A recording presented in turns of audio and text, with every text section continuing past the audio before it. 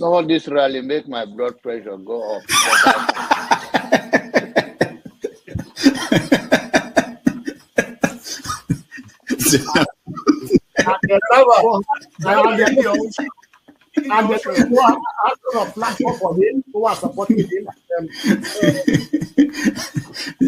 So you should get a filter sometimes, filter your thoughts before you say.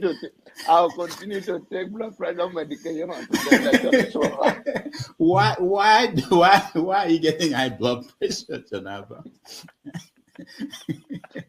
Now, I'm not taking medication for myself. I'm taking it for people like some of you guys that after the January, February something, and then people like Soludo, that is a good spoiler. I thank God for his life. It's working for my.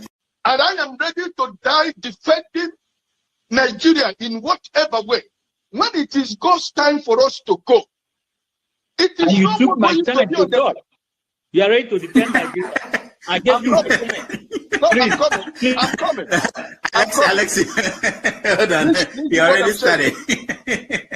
What I'm saying, defending Nigerians is this. I gave him my time, and he's using it to defend. No, sorry. Alexi. I hope that Nigeria wins. I'm never going to wish any president evil so that I can say I told you so. No, I won't wish them evil. I hope. You see, I'm not praying. There's no point. I can't pray for Nigeria to be fine. I only hope that Nigeria wins and Nigerians win. Because if you choose a dodgy doctor who has a dodgy record, who has, all sort of accusations leveled against him, to say this doctor, we think he's done this, or this doctor, this surgeon. Yes, he's a senior surgeon, he's the most whatever surgeon, but there are a lot of accusations leveled against him. If you choose him to operate on you, and you tell me to pray for you that it doesn't kill you surgery, what's the point? I can't pray. You might make it, you might not make it. My prayer won't change anything. So I hope Nigeria and Nigerians win during Tinubu's 4 years. Thank you. Thank you. Uncle, right? I have the right to address Showore the way I like. You don't know what Showore did to me. So learn to control your emotion, right? That is the only thing that I'm going to tell you. But if you don't want to control your emotion and you insult me here, I'm going to insult you 100%. Okay. You understand? You cannot insult me on a normal ground. Fiscally, you can't insult me, right? I will treat you like a child. If you insult me physically, I will handle you like a child. I don't care your age. Do you understand? You are powerful over the camera, so you can say whatever you want to say, but you can't yet say it to me physically. You understand? I will handle you like a kid. Can we arrange the meeting ground? Can we arrange the meeting ground? So learn to control your emotion. You understand? Okay. Please don't take him out. I also have a right to respond because you mentioned my name. There's no need to take him out. All you have to do is to meet them or something. And you're taking too long to manage them. Comment. What did you say? Comment. I know, but he mentioned my name, so I'm asking to respond to him. When he gets your time, No. He mentioned my name. If you want to make it rowdy, I will take you out. Take me out, you son of a bitch. Take me out. You think you're a big boy because you're moderating. Take him out, please. Hello, come on. Don't use such word now. Don't forget, that state is now oil producing state. So they now have derivation, if you are not aware. So if you want to speak for anybody, please do not defend a Kalata like a Yabelo. Please do not. Okay, let me respond to him. 1 second. Do not defend a Kalata like a Yabelo. Do not. All right, thank you, Mohammed. The people of that state. Can I respond to him? No. Then go to hell. Rudolph, go to hell. All right.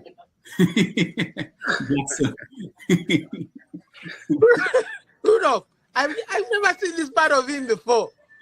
Tinubu is a criminal, yes, of course, a categorical grade 1 criminal. The only person more criminal than Tinubu in Nigeria is probably Babangida. But he's a criminal, and is he fit for purpose? Absolutely not. Should Tinubu be the president of Nigeria? Categorical no. Is there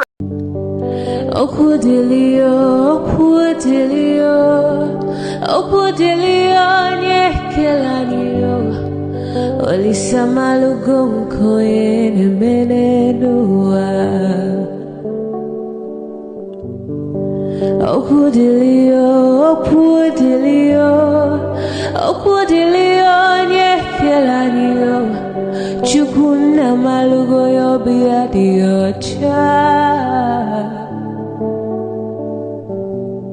Agaranya chogo kowe bili Agaranya chogo kowe rienio Owe chuku bezie chuku Nuche chukwa busigi fegemeo Nuche chukwa busia ifegemeo Nifo solo ne asi alibazie Oboye bebe agaranya muliba Oboye wuru agaranya mebibe solea Mano agaranya uwa Oboye afyozie nipakwa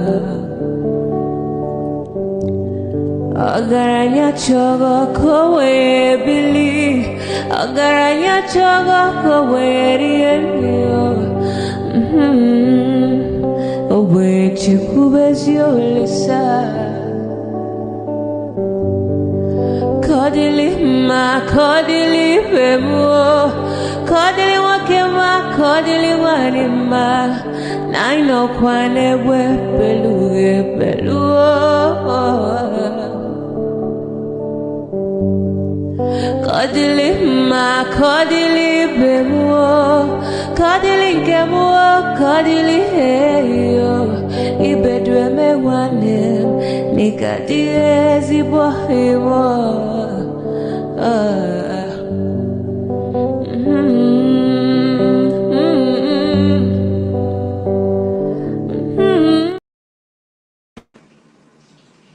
Hello, good evening out there, good people. No, we say good evening, good afternoon, good morning, depending on where you're watching us from. It's another good day here, and it's been a bumpy, not bumpy, but a very very awesome discussion that has gone on in the last 3 hours with Dr. Damages and our special guest, who made it so easy to discuss. They were very articulate and very able to down to earth to tell us exactly, give us answers to what we wanted to know as Igbos. And today's discussion is going to really center around the plans and to review what they have said. For those of us who have been following development of World Week, that is World Igbo Conference or World Igbo Association organization they've been on for quite a while now. I remember following the one that Nnamdi Kanu went to do a presentation for, and I watched that bits of it on video. But today we were graced by the president and the vice president, who were here to really explain to us what that move was all about. And I think that every one person who listened enjoyed the discussion so far. We're here to pick up the pieces, and my name is KJ. I'm sitting in for Dr. Damages, and yes, it's good to go. And let's all go. I can see Tony behind the stage. I can see my dear brother Dr. CM, and I also can see Rudolph behind the stage. And yes, in a few minutes, I will bring all of you in so that the discussion can begin. I just want to say this. The purpose of this platform is to bring enlightenment to people, especially those who are interested in way forward with the Nigeria as a nation, and indeed international politics and the well-being of all men. I cannot forget but be reminded of UNN motto, which is what? To restore the dignity of the black man.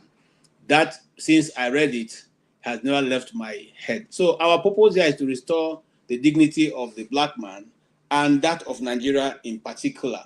And so it is good to have had the two gentlemen here, especially with the advent of that which is going on around the world now, which is to try as much as possible to demonize the Igbos. It's good to note that such people have taken a place. The Igbos as a nation, as a people, have taken a very, very envious place in the hearts of many nations across the world. The latest being that of a community that have been handed over to the Igbos in Japan, for any Igbo person who wants to live in Japan and raise family. So we are making progress. I don't want to say anything now because they go say this Igbo man does that. But you see, where you don't appreciate what you have, those who appreciate it will enjoy the benefit. So if you think that you can actually go out and tell people that the Igbos are the worst and they're the ones keeping Nigeria where Nigeria is, or the ones spoiling. I have a video of a Fulani lady who was saying that it's high time the federal government take action against the Igbos because all around the world it is Igbos that are spoiling the name of Nigeria. That's why we're begging in fact I did a rejoinder. I said, Madam, please go and beg the federal government. These Igbos have become a problem. Let them just drive them out of Nigeria. Say, make una go. If we even turn back to say, I beg, one time, if they just turn around, since we are the problem, just tell us to go. Anyway, that's my own opinion. So it's not the opinion of this channel. Yes, having said that, I want to welcome Tony. Tony, you are welcome. I want to welcome CM. CM, are welcome. And we have a special Nukumongu today, a very big masquerade. It's not every time you see a masquerade like this. And when a masquerade, I don't know many of you who have watched masquerade dance in Igbo land, but that's one of the reasons why I used to travel for Christmas. Because there's one particular one in my community called Nwagu. Okay? When that Nwagu comes, it's so beautiful, so well decorated. But once he starts dancing, you know that the end of the game has come. After that, nobody dances again. So that's what we have now. We have a very big masquerade that have come, and I'm sure that he will have a lot of things to tell us about what his own opinion also about what went on today. But let me leave those who didn't ask questions. I didn't see Tony, so let me let Tony go first before coming to CM, and then of course Dr. Damages will come in at that point. Tony, did you listen to them, and what is your opinion of what they were able to, the ideas they were able to canvas with us? And in fact, I want to say, I think I don't know if it's only me, but I think they were not like, they are not boisterous like as we normally would see, some Igbo people who have come, who have been able to make progress both in kind and in cash. They were very nice guys today. How do you see them, and what was your takeaway from what we said today? Greetings, KJ, Doctor. Good evening, double doctors, Dr. CM. Good evening. Yes, Yes, go ahead. Sorry, Okpara, I didn't see you. You're welcome. All right, go ahead, Tony. Okay. Good evening. Yes, I was off and on, but I think I got the gist of what was said. I think one thing about the Igbo or Ndi Igbo is that wherever they are, there's one thing that is principal common to them. They always look out for one another, and you would have meetings here and there wherever, and they're connecting, and they're fellowshipping. I think they're about one ethnic group in Nigeria that has that characteristics. Anywhere, whether in Nigeria or outside. So you see them meeting, you see them, raising funds, fellowshipping, keeping track of what is happening, raising development funds, helping, and so on and so forth. And I think that's the spirit that I saw here. The fact that in spite of all that has happened, all the history, all the deprivation, and so on and so forth, they still keep the spirit of Ndi Igbo going. And, it's gratifying to hear some of the things that was said and the effort that have been made, the challenges that they've had, and how that same spirit has not been left to die. So I think it's something, for me, generally, it's something that Nigeria should learn. That there's a need for us to, wherever we are, to come together and to bond as one, and to speak more about things that will advance the country than things that will divide us. I think to that extent, I think it was good.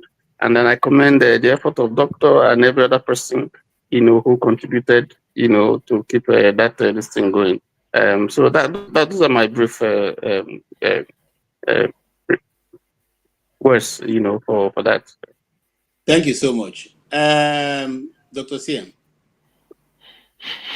Okay, KJ, is it? You go knock tie because of this. I don't enter official work now. Okay. Yeah, I need to earn my pay, Okay, forgive me. So far you pay tax. Okay. That's okay. So far, thank you. Yes. Actually, let me observe this. Ovia, you are not Okpebolo. You may wish to know, before I comment, you may wish to know that's the equivalent of Okpebolo in who want to be governor of Anambra State with F7, that is in school sat, now then they show everywhere on the internet. Okpebolo school sat better passing your own. An APC candidate. He want to govern Anambra State. What a joke. Anyway, that's just to let you know, Sha. It's a revolution. It's a revolution that is taking place. No, we don't need them. Regarding World Igbo Congress, actually, I know them, Dr. Okere and his colleague, think his deputy. They will have a lot to take along with them to Boston. If only they will go back and replay the conversation they had with Rudolph this evening. You see, they said World Igbo Congress, WIC, is an advocacy group and not activist. So what that means is that, yes, because they said it themselves, they are not to come and carry placard, but the advocacy. And that advocacy should begin and stop with Igbo. It doesn't involve Nigeria, because that's what is called World Igbo Congress. It's only Igbo it's about. Now, there are more Igbo in Nigeria than outside. So their focus every day should be in what happens to Igbo inside Nigeria. I say this because people always say that the governors should do this, the governors should do that. Yes, the governors can also intervene, but the governors are handicapped. One, maybe somebody is looking for second term, and you happen not to be in the good books of INEC and the man in Aso Rock, you are gone. They have their job to protect. Some governors must have done shady deals with EFCC. So there are a lot of things that they may not tell you, but they will be dilly-dallying. But World Igbo Congress, there's no EFCC to harass you. You are not looking for second term in Nigeria. You are not elected. So you are free. It's like you are, a free spirit. You intervene more. Based on the facts you must have gathered, then you make a powerful statement so that the fear of WIC in anything regarding Igbo in Nigeria will be the beginning of wisdom, so to speak. Because they will say, if you remove, ordinarily you discriminate against Igbo. The World Igbo Congress should say something.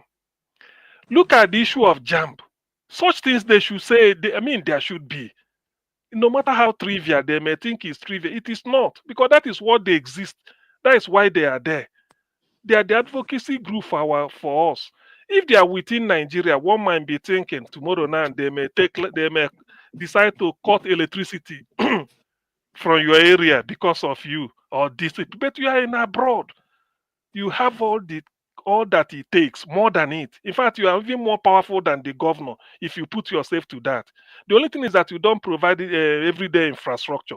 But in terms of your voice being more powerful, you have it. You don't have anybody to fear. insofar as you have the evidence. Gapster for your car. Who can hear you, Sam? Sam, who can hear you? CMT saying go free up my governor and go free. We don't govern by education. We govern by juju. We can't hear you, Sam. Okay, Yeah. while you adjust your microphone or your headphone, let's go to Rudolph. We'll come back to you when we can hear you. Yeah, Dr. Rudolph. Thank you, KJ. I just wanted to point out a few things that happened during the show, in a way of clearing anything that anybody might misconceptions about WIC.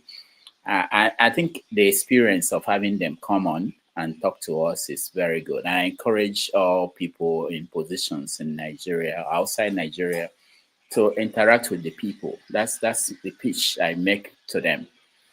Sometimes people stay in their own organization and don't interact with outsiders. So they won't get the opportunity to know what people are thinking about, what they are doing. I think that WIC is a very important organization.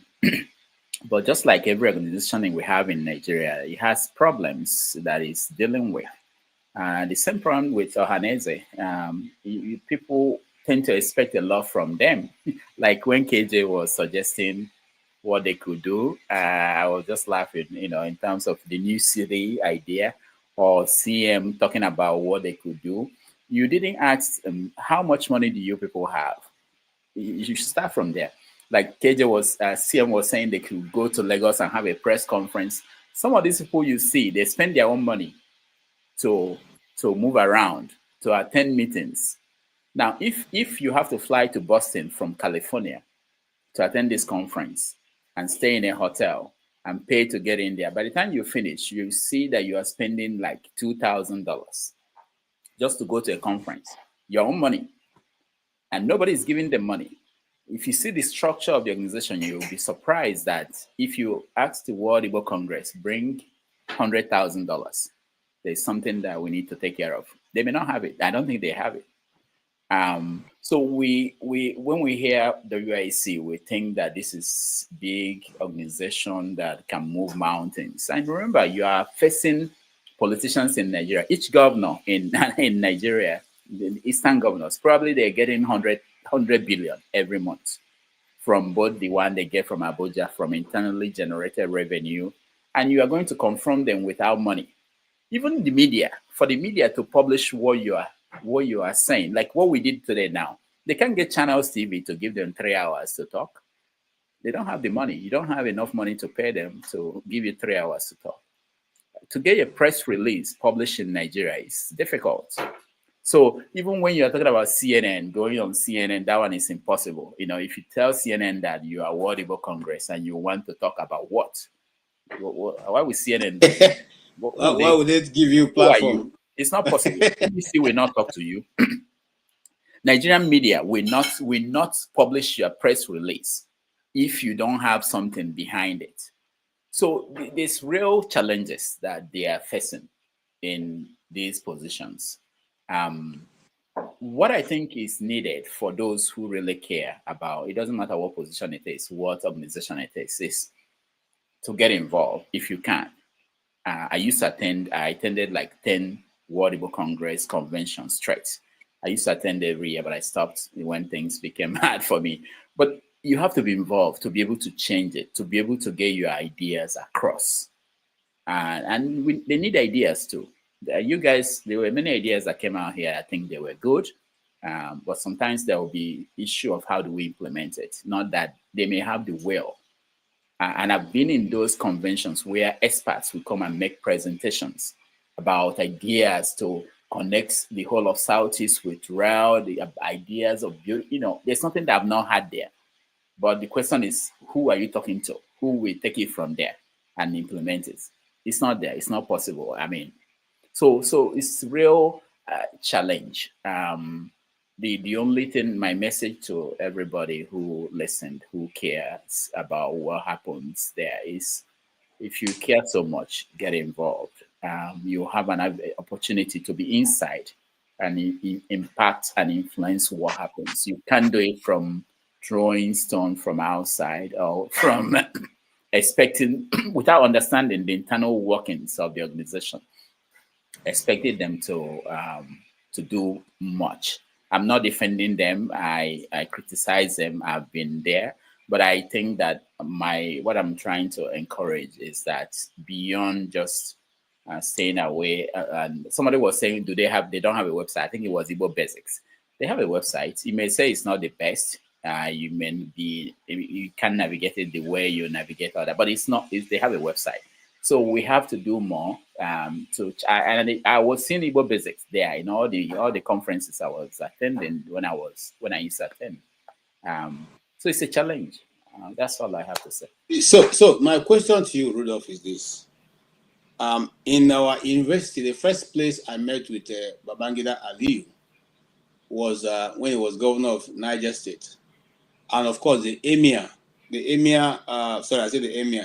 the Sultan of Sokoto, then the one who was deposed. It was in the university that I met these two gentlemen. Why did he come to the university? He came to support Gamji Club. I don't know if you understand what I'm saying.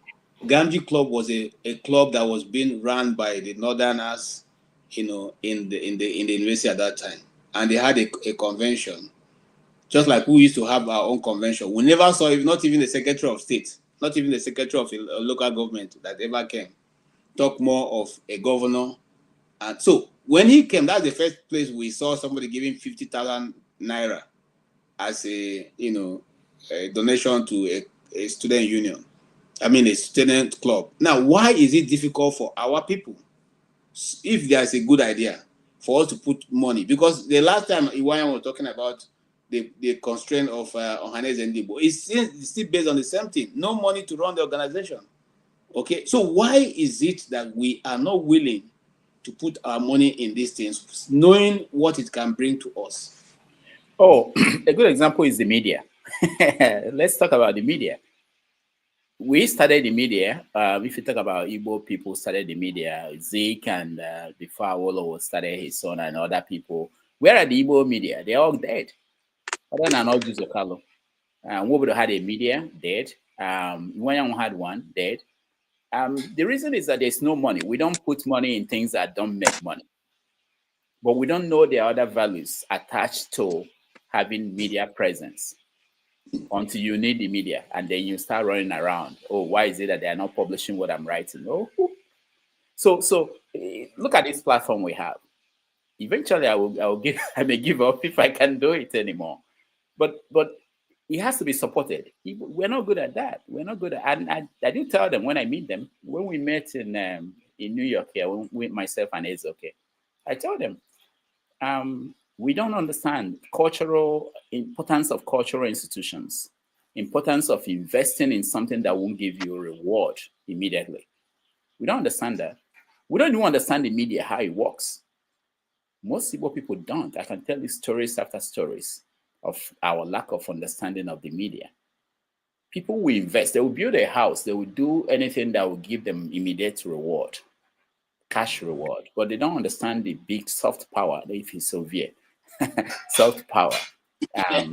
They don't, so that's the reason why they won't invest in something because they don't understand it, they don't know it. It won't give them immediate recognition.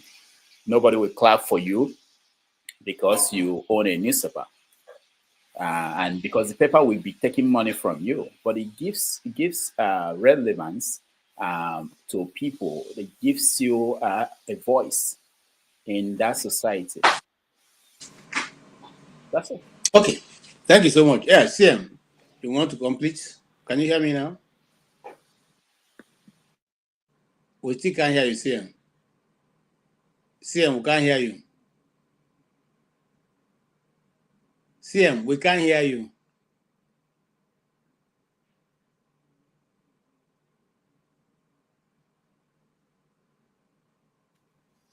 We can't hear you. The Okpara organization have really taken control of your microphone. I guess we don't work by. Why are you still struggling? Let us give your opponent the opportunity. Yes, Okpara 2028. Go ahead, sir. In today's world, we don't work by grammar or certificate. We work by juju or action. That's it. No. We are giving the credential class enough time to do our own do. Okay. But I think thanks, Dr. Dameji. I think you said it all. I mean, you said a lot of things that I would have loved to say, because I think just like people where they use IPAC as an example. People know they go study IPAC, they start, and where they now. They have over 5 million active members. Active members. Over 5 million. So, I think we can criticize the faces, the people who know we disagree with them and all that. But just as Dr. Damaji said, what are you doing? Form your own or join your own, because it will take pocket of organization like this to actually further induce government or take power. That's what it's going to take. No single individual if you do them. Now organization go come together, and this is how it starts. They are focused on finance. That's what I mean. If you are in America, that's not your core. If it's not your core of your focus, you know get mouth. And I'm one of those people that criticize us, generally as Nigeria, that we don't have a group, don't have an organization that we either cater for, either the incoming ones or those who are already here. But this is how it starts. At times when they use other group as an example, we forget where they are coming from, how long they've been in existence. So I think it's a good initiative. However anybody wants to, it is a good initiative. But the success of that takes everything that we are seeing now. It's good to criticize, challenge them. What is just like what Okija was saying? What will be the benefit? Yes, you might not see the benefit. Then go there, right? Maybe I should know that. I see them know they see the benefit. They see something. But one thing I understand, especially who are in diaspora, I'm always on the road. I move around. One thing I understand is that we work too much. So anybody that take 5 minutes out for a community action, man, I respect that person. That's one of the reasons why we not go to move mountain for abroad, is that we work too much. And one of the next project I want back on is to ask, why do you work? Because the truth is that 4 out of 5 people don't know why they work. They just work, say okay, because they see no good they work. We work too much, so we don't have time to actually even think to either support these people or go against them. How do you go against them? Form your own. So I actually respect them that they are taking their time out. Just as Dr. Damaji is saying about the expense. I did New Jersey right now. It's like 4 hours away from me where they won't do that convention. I took my time to say, okay, how much is it going to cost me, hotel and everything? Over 1,200. I don't have a stake. Now it will cost me for me to do it, just to be a witness. So that's just physical cash. Imagine saying a person where they walk, then you are going to spend like 3 or 4 days. So you go to calculate. So yes, when I see people like that, even if I sense any crooked, say they are way no clean, but I look at the bigger picture. What will this become in the next 30 or 40 or 50 years? Because I think that is one problem. That's why when Dr. Lameji talks, the media way all those people said are not working, is because now let's talk about the founders of those people who actually eventually took over the management. What was their vision? Is it 100 years from now? Is it because that is the only way? But they always talk and say we are too greedy. We were there alive now are too greedy. Once we start something, we must see the benefits. If not, they work, go work, they work. Whereas those people they say they work, they went through the same process. So I also agree with those where they criticize the whole concept. It's good. Okay, so the same concept that he wished for, he was talking about CM is on, and now is the return match now. All right, Mr. Okija na Okija, I see you, Chris. Let's go to Okija na Okija. Mr. Okija na Okija. Yeah. Okay. Yeah. I mean, I said that Igbo organization. I mean, World Igbo Congress. They've been there for many years, and I believe that they have smart people. But all these things, they don't come easy. I know, I understand, I understand they have to work just like me. They have other things. But the thing is, if you really want to do this, you have to get out your time. You have to delegate. You have to find out how do you do this, like piece by piece. You can't just because this man is the chairman, everything, he has to do it. They have to delegate. Okay, I'm looking for this. This person will do this for me. This person will do this for me. And then, you get all those things, but it seems, they're carrying everything so that the chairman, if he's tired, the organization is tired. That's the way I look at it. They've been there for many years. And I don't think there's, even if you go to Igbo land now, people probably know about Ohanese. They hear about Ohanese. But I don't think anybody knows about World Igbo Congress. It's only the, probably who would say, the people who went to school elite, probably on the internet. And if you ask them what do they do, World Igbo Congress, nobody knows. I mean, like Simeon was talking about today about advocacy and activism. I didn't know about that they were just advocacy group. But there are so many things you can do, just like Igbo Union did in the 40s, 50s. You have to come up with your agenda. What do you want to achieve? And it's not that like every chairman or president comes, he comes up with a new agenda. You can have like a 20-year plan or whatever, 30-year plan. Every chairman or president that comes in, he knows that he has to start from here. Just the way I look at it, I don't see any reason why, like what I told them, the credit union.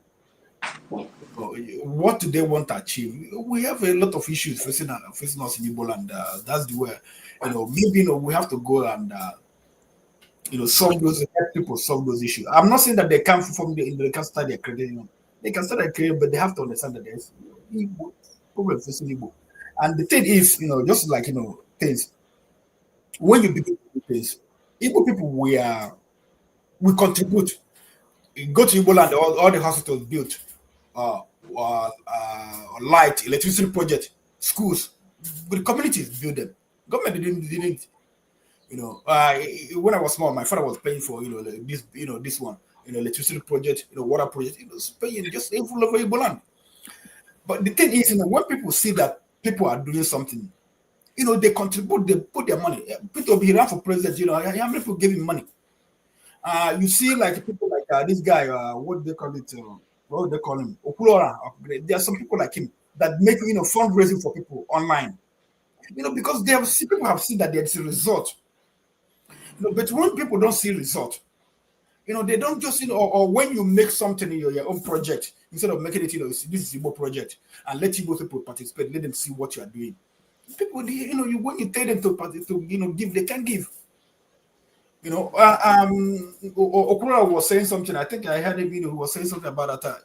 He did fundraising for people people who have kidney issues. He said he raised about 70 million. People giving 2,000. So Igbo Congress, they have to come down. They have to go to sit down. How do we make Igbos participate in what we are doing? For them Igbos to participate, you have to fight for them. Just like, okay, how did what was he doing for Igbo? And people were giving him money from all over the world. What was he doing for people? What was he doing for people? He was collecting money from everybody, everywhere. So you can't just stand there and say you're a World Igbo Congress, modeling that you are fighting for Igbo, but they don't see the fight. Okay. You give the money. Thank you. I think Rudolph has an answer for you for that, what you have asked. So, Rudolph, he said the World Igbo Congress is actually doing nothing because they're not even known. I don't want to give my idea, but do you think that the World Igbo Congress have been able to distinguish itself so far? No, I won't say that. I won't say that. The idea is wonderful, but it's not been the implementation or carrying out their policies haven't been well done. I want to talk on something, just to mention something in person. I think it was CM that was talking about that issue, concentrating what happens inside Nigeria. That's not really what their main focus is. You have to remember, most of us here, we live abroad. what most organizations are doing now is that while they think about home, they're also concerned about things that happen here, their children, more than even what happens at home. And they try to carry these two concerns together. So when you hear them talking about credit union, they are not talking about home in that regards. They are talking about what to do for people here.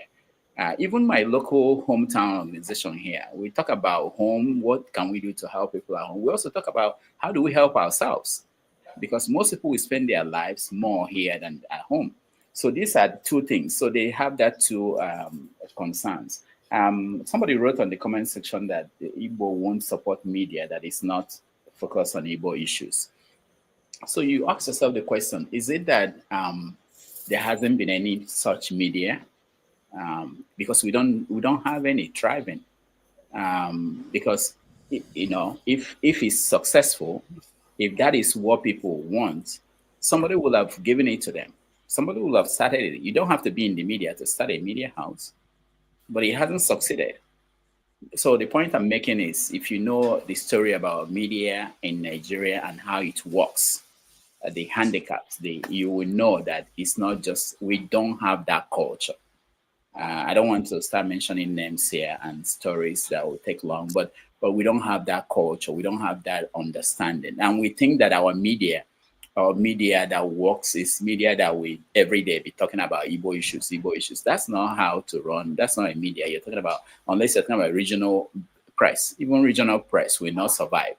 The Tribune started as a media that was supposed to be for the Southwest. But Tribune talks about things beyond that.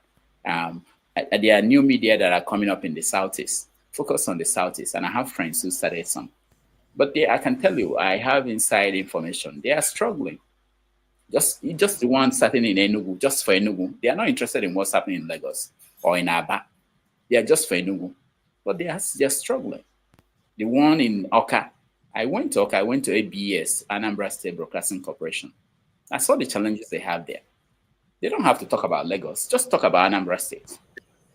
Yeah, but Prof, you know, but this is in general, you know, issue with media all over the world. You know, they are all struggling. Yeah, they're all struggling. Yeah. The part of it is worldwide. Yeah, that's true. But the idea is that people are making it look like if the media is only concentrated and interested in Anambra State, that it will be supported by people in Anambra State. No, they're not getting that support. But Prof, what about you know, like going, you know, citizen journalism? What do you guys call it? You know, because you know, yeah, because I think that is cheaper then. Because I belong to my local government. They have this WhatsApp group, and they actually the WhatsApp people here, they pay people to go and source for news in local government, and they post the news, they write the news. Some, you know, one girl, she was just writing nonsense before. All of a sudden, she started writing good, because she goes out, you know, cover event, write report about it, post it on the, you know, WhatsApp site, on the WhatsApp you know, group. You know, so I mean, what about this kind of media? Because I mean, the traditional one. You know, Okay, all right. Okay, no. Hold on. Pablo, hold on. Let's not go there, because that will be taking us away from our focus now. Dr. Christopher have put a good analysis of that. We do not have that culture in Igbo land, and it's been a problem for a long time. In fact, there are some professors from Igbo land who books are still in the works till they died. One of which is Professor Sonioti. Sonioti was not made popular because of the Western media. They refused to publish his books. But that's a different discussion for another day. Let us go to CM. CM, are you really good now? No. Pablo, hold on, please. Because how many people who have not spoken? Let's just complete them. We'll come back to you. Yeah, go ahead, CM. Okay, are you hearing me now? Okay. Yes. Okay. I decided to change this. Anyway, what is that? But Rudolph, I thought media, they receive adverts as part of the revenue. How many people do that? No. Yes, they do. They do. So anyway, well, it's not that I'm not saying, you know, that you know, but just let's put it as part of, you know, so that people will also know that media, they sell their airtime. For those that are in broadcast media, then print media, the pages, increase the page or whatever, and pay. Anyway, but that is not the issue. The thing is, on World Igbo Congress, what I would like to say is, I think they have membership. The man was saying about 2 million in the Igbo. No, Even that, if okay, it's okay, 200, hold on, CM, that is a wrong figure. There is no 2 million Igbo people in America. All the people, all Nigerians okay, in let's America, work with we're not even let's up work to with 500,000. 200,000. But they don't have membership. So, okay, so this is the thing. The structure is different. It's not what people think. It's like Ohaneze. I'm not a member of Ohaneze. You are not. It's not like people contribute money. They don't have such things. What they have is that they have like Igbo organization of whatever in New England, Igbo organization of California. They are the associate members of World Igbo Congress. So it's whatever I don't know the structure in terms of how much money they contribute to. Okay, so this question is to you, Rudolph. So my this thing, hold on, I mean, hold on, CM. for any organization, CM, because CM, I've been hold on, involved in CM, quite hold on. a few, both at CM, the hold student on. level and all this. Can you hear The me, key CM? source of revenue is always membership. I hope am I still coming out? I think Can you the hear key me? source. Okay, hold on. I want to ask a question to Rudolph. Now, these people have been in existence before Nnamdi Kanu and IPOB came up.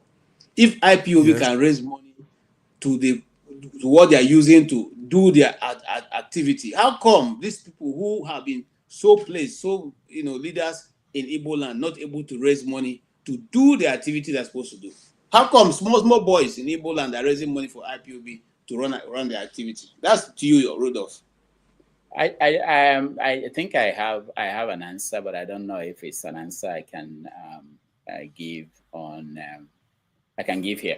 You know, what IPOB is doing is totally different from what a World Igbo organization is doing. And if you look at all struggle, IPOB is in a struggle. It's a political struggle. It's totally different, and it's appealing to certain things that it's not the same thing that World Igbo organization is appealing to. So that's why. If you start any organization now that is going to appeal to people's, especially security needs and things like. I'll give you another example. World Igbo Congress, they had, I don't know, a group that is raising $20. I think they mentioned it during the interview.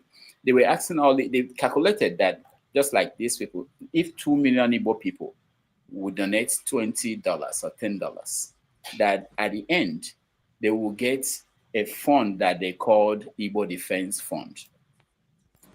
And you know, think about 2 million people donate $20 or $10 each. They are talking about children, like if you have children abroad, you pay $20 for them. That if they put it all together, they can get 2 million Igbo people around the world to donate $20 each. And that they will have enough money to set up a kind of defense fund. And people were donating. I don't know where that stands now. I'm not part of the organization. I'm not part of the executive. I don't know what they do. But that kind of thing, people will support it because there's need for help in that defending the homeland and what's going on there. So it's a different structure, different organization. Yeah. All right. Thank you so much. Yeah, you're okay. CM, please go ahead.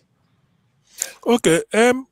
You know, like what Rudolph said, yes, I agree. But somebody was saying, you know, the way people perceive the leadership of WIC will also contribute to what people will receive the message they are bringing.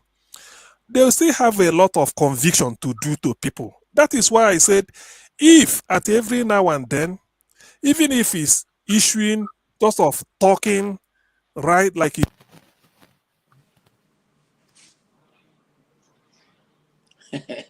This is your audio today, no be small. Now, which one on a day now? All right, it's back. Apologize to Okpara. You have to apologize first. Please, KJ, remove Okpara. I think I've diagnosed the source. Remove him, put him at least backstage so that he can allow me. Which one be? Adina, you be. All right, I can hear you right now. See, don't hit the wire. So, your mic. Don't hit it. Don't touch it. Okay, so what is there is that at least we are kind of, I sympathize with them because they don't have maybe they are not as rich as I may think. But the thing is, let them start from membership. First of all, they have a structure, right? The membership strength, they do it in a way that maybe in towns union, like my town in those days in Lagos, when you're of age, even if you're a student, you become a non-financial member. Maybe you don't contribute in terms of levy, but you have to show presence at a time you transit to being a full financial member. Let's say their membership, even if it's every year, let's just say annual due, even if it's $20 or 30 or whatever, because IPOB, when the Kano was, if every month, all the branches all over Europe, some pay £10. I mean, in the UK, we have many branches, maybe monthly due £10, £20. By the time we gather it and take it to Germany, there's quite a lot of money. And that is the way all the branches all over Europe is doing, every city, major Europe. So World Igbo Congress in America should first of all think of membership drive. If Igbo are many in US and they are trying, we are not talking of donation, but let them know that if this is our membership strength, if all of us pays a monthly due every month, even if it's £20 or $20 or $10 or $50, that will be the basis before any other thing. Somebody might say, I donate this, I donate that. They should be able to help themselves. After all, it's in America, the land of the green dollar. So there must be money somehow. Unless maybe the WIC doesn't want to, play to their full strength. There must be money. America cannot be talking of the organization like that. There are more than 100,000 or 200,000 or up to 500,000. So they must be able to raise money among themselves. Okay. That's what I'm suggesting. So before then maybe any other thing could follow. But they should be able to raise money for members. Okay, thank you so much. And then as we move on, please remember it's just your initial comment, so that people can quickly speak. I have a Righteous Man for Nigeria and backstage. I also have Revolution backstage. So, okay, Righteous Man is here. I'll go to Chris, then I'll come to Righteous Man before coming to Oti and then my brother Chibuzo. So let's go to Oti right now. Sorry, Chris, sorry, not Oti, Chris. Chris is the first person. Sorry, no offense. Chris is the right person, yes. Okay, are you hearing me, sir? Yes, we can hear you. Can hear you very well. Thank you. Thank you, Ruda, for what you're doing. Actually, I'm so impressed that you brought these people. The problem with some of these organizations is from its concept, this conceptual approach. If you look at Igbo, they said Ohaneze. There is Oha. There's no Oha, but there is Eze. You come here, you have Igbo World Congress, and it's only in America. And then you come and then you start talking about, and then the mindset of these leaders are not in line with what the people want. They don't ask people, what do you really want? Why Nnamdi Kanu is everything in Igbo land is because he's able to articulate the people's mindset, and try to, work with the people courageously and truthfully, So when I heard you, there was a question you asked him. He said that the Igbos are not wanted in Nigeria. They should let us go. And I was horrified. 5 million people were killed. Igbo people were killed. They have been looting. In fact, there is every this thing. There was an audio leakage by the conversation between the president, vice president, and Amosu, where they were saying what they will do to the Igbos. And then somebody who is in the leadership organization of an Igbo organization doesn't know about all these things. And then I begin to wonder, what do they really, what are they thinking? You know? So when you now see this kind of a person or the way he's thinking, can you actually go and donate money to that organization? Hell no, I won't. I won't. So that is the problem. You know, so, Chris, what will be the reason? Is it that they're not distinguished enough, or they're not articulate enough, or the organization have not lived long enough to have earned some respect from you? Why would you not want to donate? I just giving you one example. Rudolph asked him a question. Okay? So from the answer he gave, okay, he could see that he doesn't really connect to what the people really desire, or he doesn't even know what the people want. He has not even articulated what the people want. Okay? So, but the point is that he is in America, and he thinks that because he's been, you know, I don't know how many people gathered to elect him, you know. So we Igbos always set up this kind of quangos, or, you know, what we call, you know, empty shell organizations. And then we kind of think that, you know, maybe if we become the president of it, then, you know, let me give you an example. For instance, since you know, the way he talked about Nnamdi Kanu initially and the organization of IPOB showed me that he wasn't interested in it, except when he was pressed. So he was pressed later, then he started making these comments. But even if you want to fight for Nnamdi Kanu, you must have to look at the organization Nnamdi Kanu set up and say, okay, how do we work with these people in order to try to get to this goal that Nnamdi Kanu is setting, or try to get him out? You understand what I'm trying to say here? Yes, Chris, so it's not a question of they are not distinguished enough. Of course, they have PhD, they have some of them are professors, you know, but the point is not the education. You know, I have seen quite a lot of Igbo elites. I've seen quite a lot of Igbo elites. What they say from time to time, you know, sometimes horrifies me as to the thinking or what the Igbo people will be like in 20 and 100 years from now. If we go back, I always refer to people, go back and read this Nnamdi Azikiwe's address to Igbo nation. I read it and read it and read it over and over and over and over again. You realize the problem Igbos have. Most of these things that we have was talked about by Nnamdi Azikiwe, whether it is hatred by the other ethnic nationalities, whether it is lack of federal presence, whether it is this agitation for self-determination, or even, you know, so these things, we articulated them during that time for 11 years before independence. 11 years before independence, before now, in 1949, you know. According to Bonaventure Oti.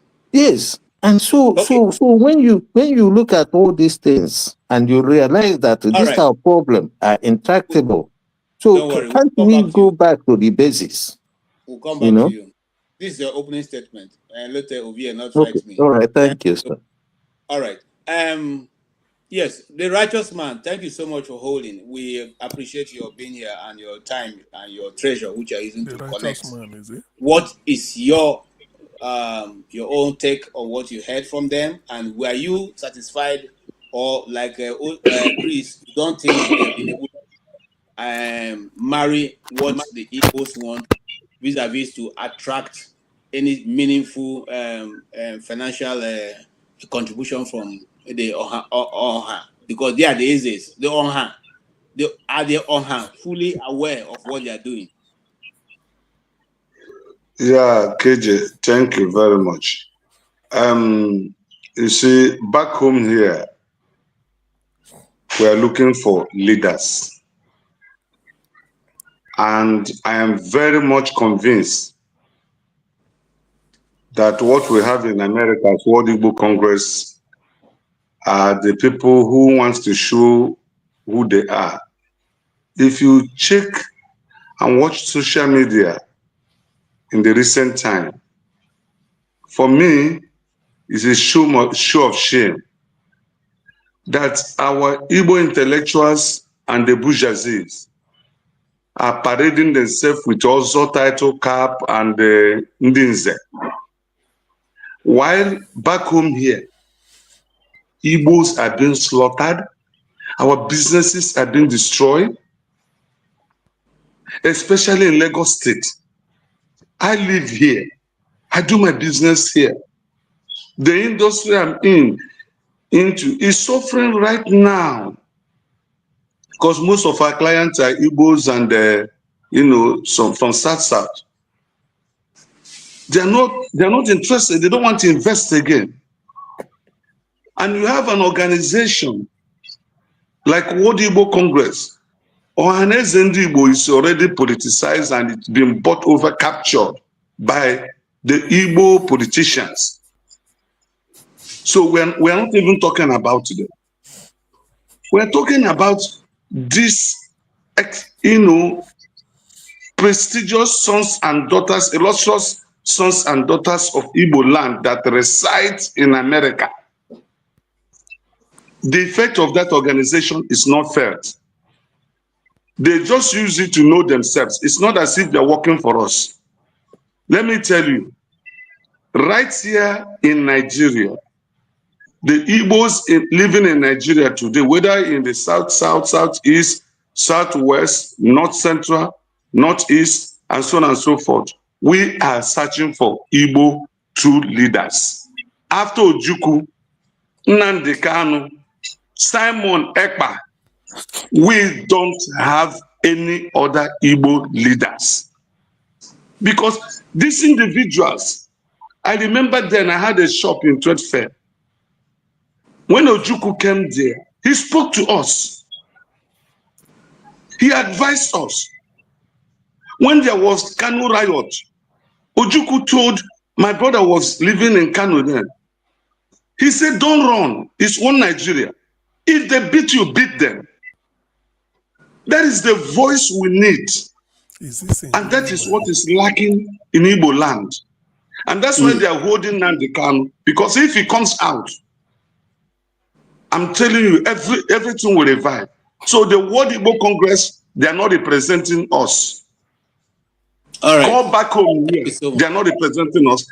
And if they want to prove they want to represent us, they should do works that we can see. We are not asking them for money. When we are harassed or intimidated, they should be able to write, speak, go to television, newspapers, make publications, stand so that other tribes in Nigeria will know that Igbos, we have leaders. Thank you. Thank you so much, Righteous Man. We appreciate your coming in. Yeah, Bonaventure, I see that you are asking Righteous Man a question. So, and now that you have the opportunity, you can equally answer that question you are asking. Yes, go ahead, sir.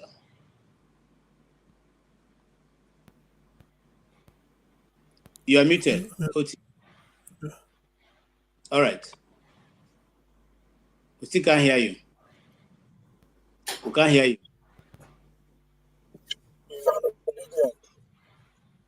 Mr. Oti, we can't hear you.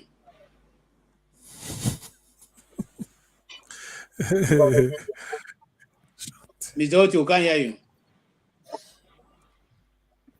Okay, if you say, can you say something? Mr. Oti. Okay. If you can hear me, sign out and sign in. OVA is by his side. OVA. By doctor and His Excellency. Uzo, please make your contribution. Why Toti goes out and comes in again? Uzo, go ahead. Okay. Dr. Make disagree too. Hi. So I went somewhere, I was listening. We are at least 80% of us are Igbos. Brother talk about leader. I don't know why he cannot be a leader in that Lagos and gather people and make his own Igbo union and start something to hear people. All right. Most of us are condemning the weak, which I also by being an Igbo person, being able to have my own organization here, we also members. All right. So as much as I know, we don't not to consider what we don't know. We don't know these people. I know them. I know all of them reach their kitchen.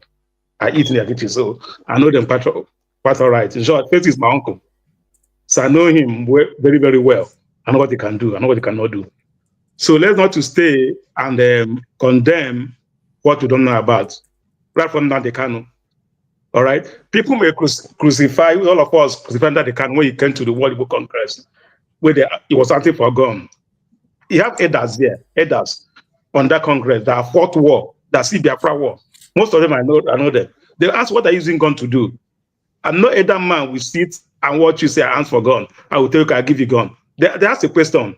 And that question they answer make people to like hate World Igbo Congress. Even from the beginning of the time, I see it as giving me a gun. But later on, I find out that okay, they ask questions. But after all that, I know the contribution the World Igbo Congress has done to Nadekan, even the defense fund they are talking about.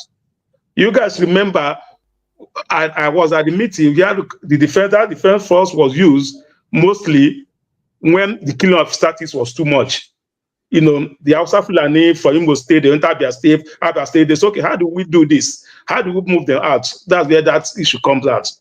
All right, you have details, big details. Before even the formation of ECM, Eastern Security Network, not everything they will come here and start telling you their participation, and even as Nadekan is now, they want to contribute every month, every year, the lawyers and everything, who will pay the lawyer and everything. But not everything will come here and start throwing it open for everybody. These are mature men. They with the younger youth. We see all this, but we don't talk because we are not able to, like, I cannot pay like going to meeting.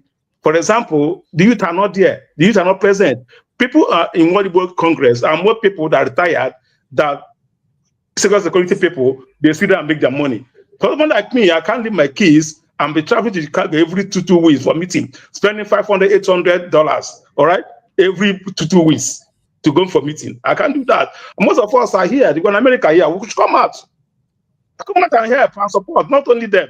They don't have 7 heads. They only have 1 head. And with the only 2 brain they have. So now they don't want to come and crucify. Even our only two meetings we have here. Every village, every community have meeting here in the United States. I don't know most of us that belong to the meeting. We don't even contribute to our own village stuff. But we're crucifying people that have their time to go and represent them one way or another. You say you are Okere LLC. Is that not a limited liability company? So you have money now. You have a company, LLC. No, CJ, you don't carry corner, CJ. So the problem remains is that people are not ready to come out to support. You don't like the hotel, the hospital excellency. You know what I know, Kida Hospital. It's with Igbos. Where is it located? The governors we are dragging that hotel, that hospital for almost now.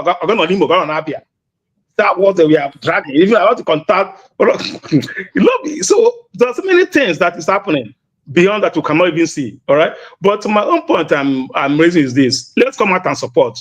Let's not to stay behind and crucify people that do their own little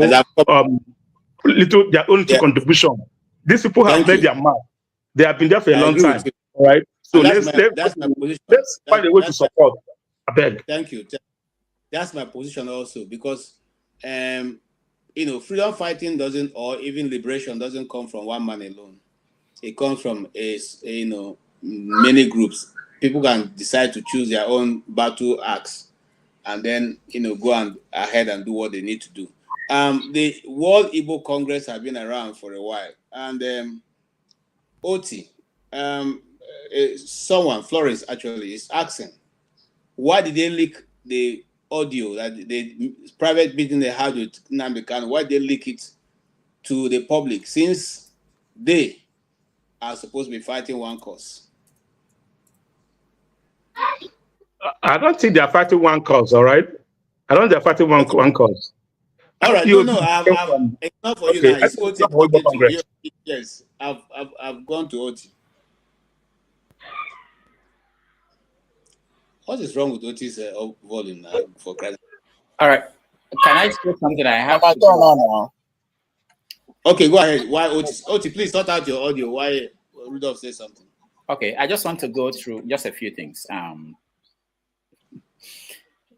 In the 90s, I don't know who was here in America. In the 90s, there was one man called Ralph Reed. He was the head of Christian Coalition. At that point, he was the most powerful man in America, especially for Republicans or Christian politicians. You have to be in his good book for you to win election. He was a PhD student at Emory University in Atlanta. When Pat Robertson, some of you know Pat Robertson was the broadcaster. So he met him where he was a waiter serving inaugural dinner that George Bush was having. And they spoke. And he hired him to be the director of the Christian Coalition, which he formed in 1987. He took it over and turned it into the most powerful force, political force in America at that time, throughout the 90s, really. So I say that to point out that the right leadership could take the World Igbo Congress to a place that we all dream about. But I can tell you, based on my experience with them, that at the beginning, it was a very prestigious position. People were running to be leaders of the World Igbo Congress. Because when you are a leader, if you go to any of these conventions, that was the first time I met Peter Obi, you can sit down with any governor and talk to the governor. You can meet any minister at those conventions because they come, most of the time, they don't have a lot of people with them. You have opportunities one-on-one with any of these people. So these people are abroad who are interested in politics at home, they see this position as an opportunity to mingle with politicians. And then they have influences. Politicians from home also come here to influence it.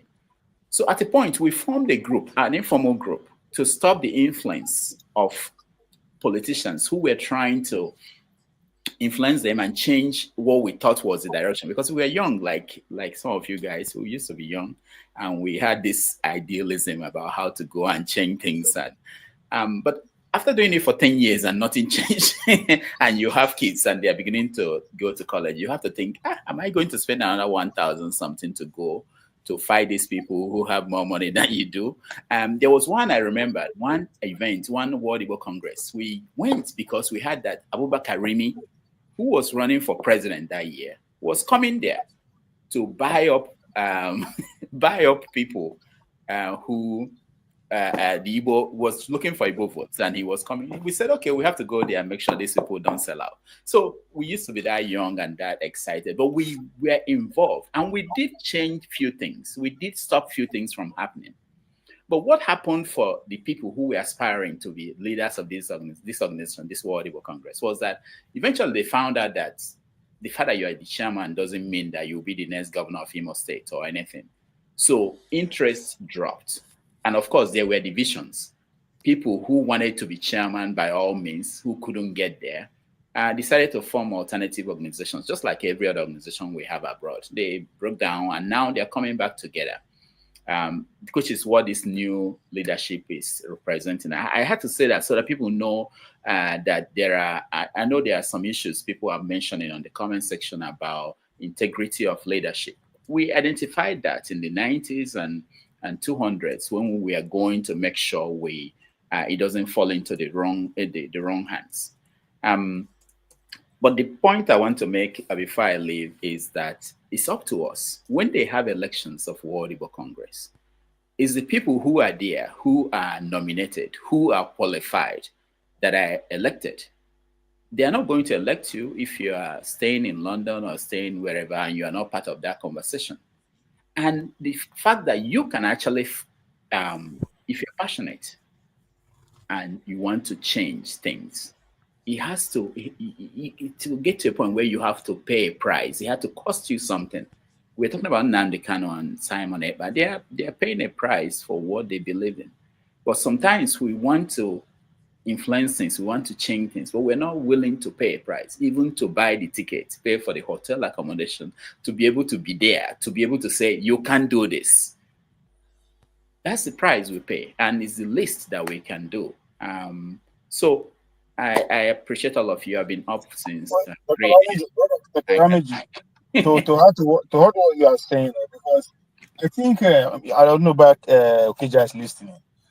I think we are making a great mistake by still looking at the world from yesterday, talking about media, right? Talking about media. Media today is platform oriented, and platform are in various form and various kind. I'll put it before us today that for the past 30 years, there are 3 people who played that role among the Igbo nation: Nnamdi Kanu, Simon Ekpa, and Obi. Those 3 people had the biggest platform within the Igbo nation worldwide. But what happened? Just like Dr. Yami is saying that some of them are paying price for what they believe in. Nnamdi Kanu started the radio, some form of a revolution. And that was his weapon. It took time for the government to be able to find a way around it. But why will that platform die? That is a media organization. That's one. The same thing No, with it hasn't Samuel died Ekpa. though. Hold on. It's the same thing with Samuel He's Ekpa. still alive. I argue that as of today, if there's anybody that changed the algorithm to focus on the word Biafra and his people, it's Samuel Ekpa. Based on the today's platform that he used. But what is that platform suffering today? The same thing will be political platform. But the OB on the most painful aspect of OB on, people, other nationalities are building media platform off of OB platform. Talking about News Central, talking about Nigeria Watch, talking about Aisha Yusuf. These are the benefits of OB's platform that the Igbo nation could not take advantage of. That is today media. If we are taking it as a radio or it's a TV, that the way we used to know it, that it's going to be the platform, the media of today, we've lost it. And that is the weapon the Republicans are using today. So Ovie, what does it then mean for somebody to be a journalist with what you've painted now? Does that really? It's a platform. Journalism is a platform. How many people? Journalism is a platform. How many people can you reach? I think Dr. Dameji will bear me witness. Dr. Dameji he going to reach more people now with his platform than when he was the year time they go office every day in the name of working for one media house. So that is the world that we live in today. We should see it and recognize it and take advantage of it. These 3 people have built a big platform that the Igbo nation would have taken advantage of, but are sleeping. Other people are benefiting from it. News Central is the future, but there's an internet-based platform. So we complain too much that we lost, even when we see advantage, because we complain every day about everything. So not be everything we complain about. We should see through some bad situation and take advantage of it. Thank you so much. And what you said is quite correct. Donald Trump made use of this, citizen journalism, which is individuals' platform, to actually capture a lot of the people, or expanded his news, what he wanted people to get out there, since the major media will not do that. I think it's time for us also to think outside of the box. Platforms like this give more opportunity for such organizations to come and talk. And recently, Dr. Damage's platform has scaled up people who participate and people also who watch after the programs are off. And I know that it will continue until such a time will be like Jerry Eze. But for now, we are climbing. Yes, I will say that let's move on real quick. Mr. Oti, can you? Yeah, Mr. Rudolph. I have to go. Thank you, guys. Thank you. I will All right, see you. thank you. Okay, Thank you. okay. Mr. Oti, yes, please go ahead and let us hear from you. Oh boy. I don't know what to call this one now. Everybody that don't respect His Excellency, your Go to the Bible, ATM. will always they suffer. ATM. Everywhere you go. Uzo, Kekwano. Now, yeah, what's up? I go We'll show talk for about Boston. Huh? I go show for Boston. Now the hotel and the hotel I $100. All right, why $200, OT? I don't get that money. Hey, hold on, Obie. Why OT is trying to sort out himself? Let's go to Revolution. This is the second time Revolution is coming. The first time he didn't say anything. Let's catch him to say something before we lose him again. Revolution, you have been listening to this discussion. Some people have said that we have not been able to articulate our points properly as members of World Igbo Congress. And some people have said that we have articulated but have not been able to get members that will eventually push the resources that is needed for us to do more activities. Some also have said that because we are the people who are known outside of the world, outside of Igbo land, we should be able to attract investment and build a new city in Igbo land. What do you say? I want to say,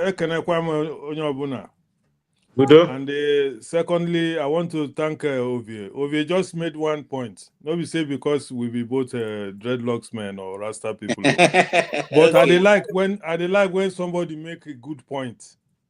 Because I know say I not be fan to many people. They think say they talk upside down. But when somebody want talk to the truth have to be said. My brother Chris say one thing now, wey sweet me also. People no go just come from nowhere, say they be World Igbo, now then they rule, because that word Igbo. I made something one time again, I asked you, I say, what is the Igbos? What be the length of the Igbos? You understand me? Igbo come from the Delta. Igbo there for River State. Igbo there for Enugu or Anambra. Igbo there for Imo. Make I talk the normal Igbo where I know. The Aniocha, the Anambra, the Imo. Though they don't break them down now, but these are how them break and where we take no Nigeria, the Igbos. Okay, now somebody there for America. I don't know about this group, but I don't listen tired. So now I feel make up my mind about that group of people. The thing where, and you go see that thing where when you see people where they laugh in the Igbo, they go say Igbo no day together. You see say from this discussion, we are not together at all. We don't trust ourselves. The thing where I be want to ask those people, where at that time they for work, I couldn't speak. So I was, I want to ask them what was Samuel Ekpa. They no mention his name 1 second today. They don't even like say that guy no they exist. And these are the champions of the Igbos, according to my dictionaries. People who speak for Igbos. When they capture Nnamdi Kanu, everybody quiet. Somebody can't wake up, say, no, let us continue that fight. This World Igbo Conference or whatever they call themselves, okay, Nigeria, Nandi Igbo, Anaza Safa, Dr. This, Professor that, AJ Yimadegu. Because when you talk, say, if you come like me now, we no get any title. Who go answer me? But if I don't ask doctor for my name now or professor now, everybody go bring listening ears. Is this what Nigeria need? They know they come to the level, the grand level. What is the problem of Nigeria? In any society, there's leaders. And not be everybody go be leader. The leaders where we know now don't call the Peter Obi, Samuel Ekpa, and the other brother where they just take wickedness, the wickeder guy. Instead of where we will rally around those three leaders to support what they are doing, another people go break up from another place, call themselves, say now then they control the Igbos. I don't get a chance. I want to ask them, which part of Igbos una they support? Igbo they too much. We are too much. Don't be say una go just gather one place, say una the World Igbos. Is there no chance in that Igbo? Did they consult their Noja people before they begin call World Igbo Conference? That is my problem, and this is why they laugh us in the Igbo. They ask us some strategic question today, he cannot even answer it. The Igbos, all the things where they do now to they give Igbos accolade. The Igbos, people are jealous of the Igbos. The Igbos are this and that. All those things, they even make people hate the Igbos more. They are not the only people in that country. The people who bring out themselves, are they supporting P2B?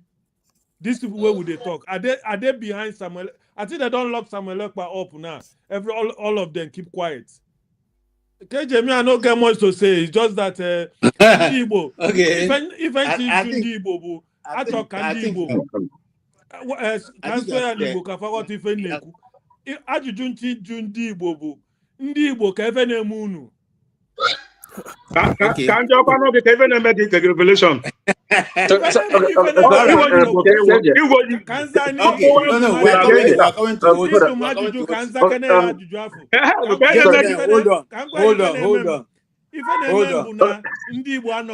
on.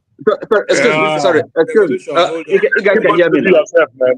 Hold on, Chibuzo, hold on, because now we can hear Oti. Let's hear him before the thing goes. Yes, I'm just using my. I want to answer you briefly.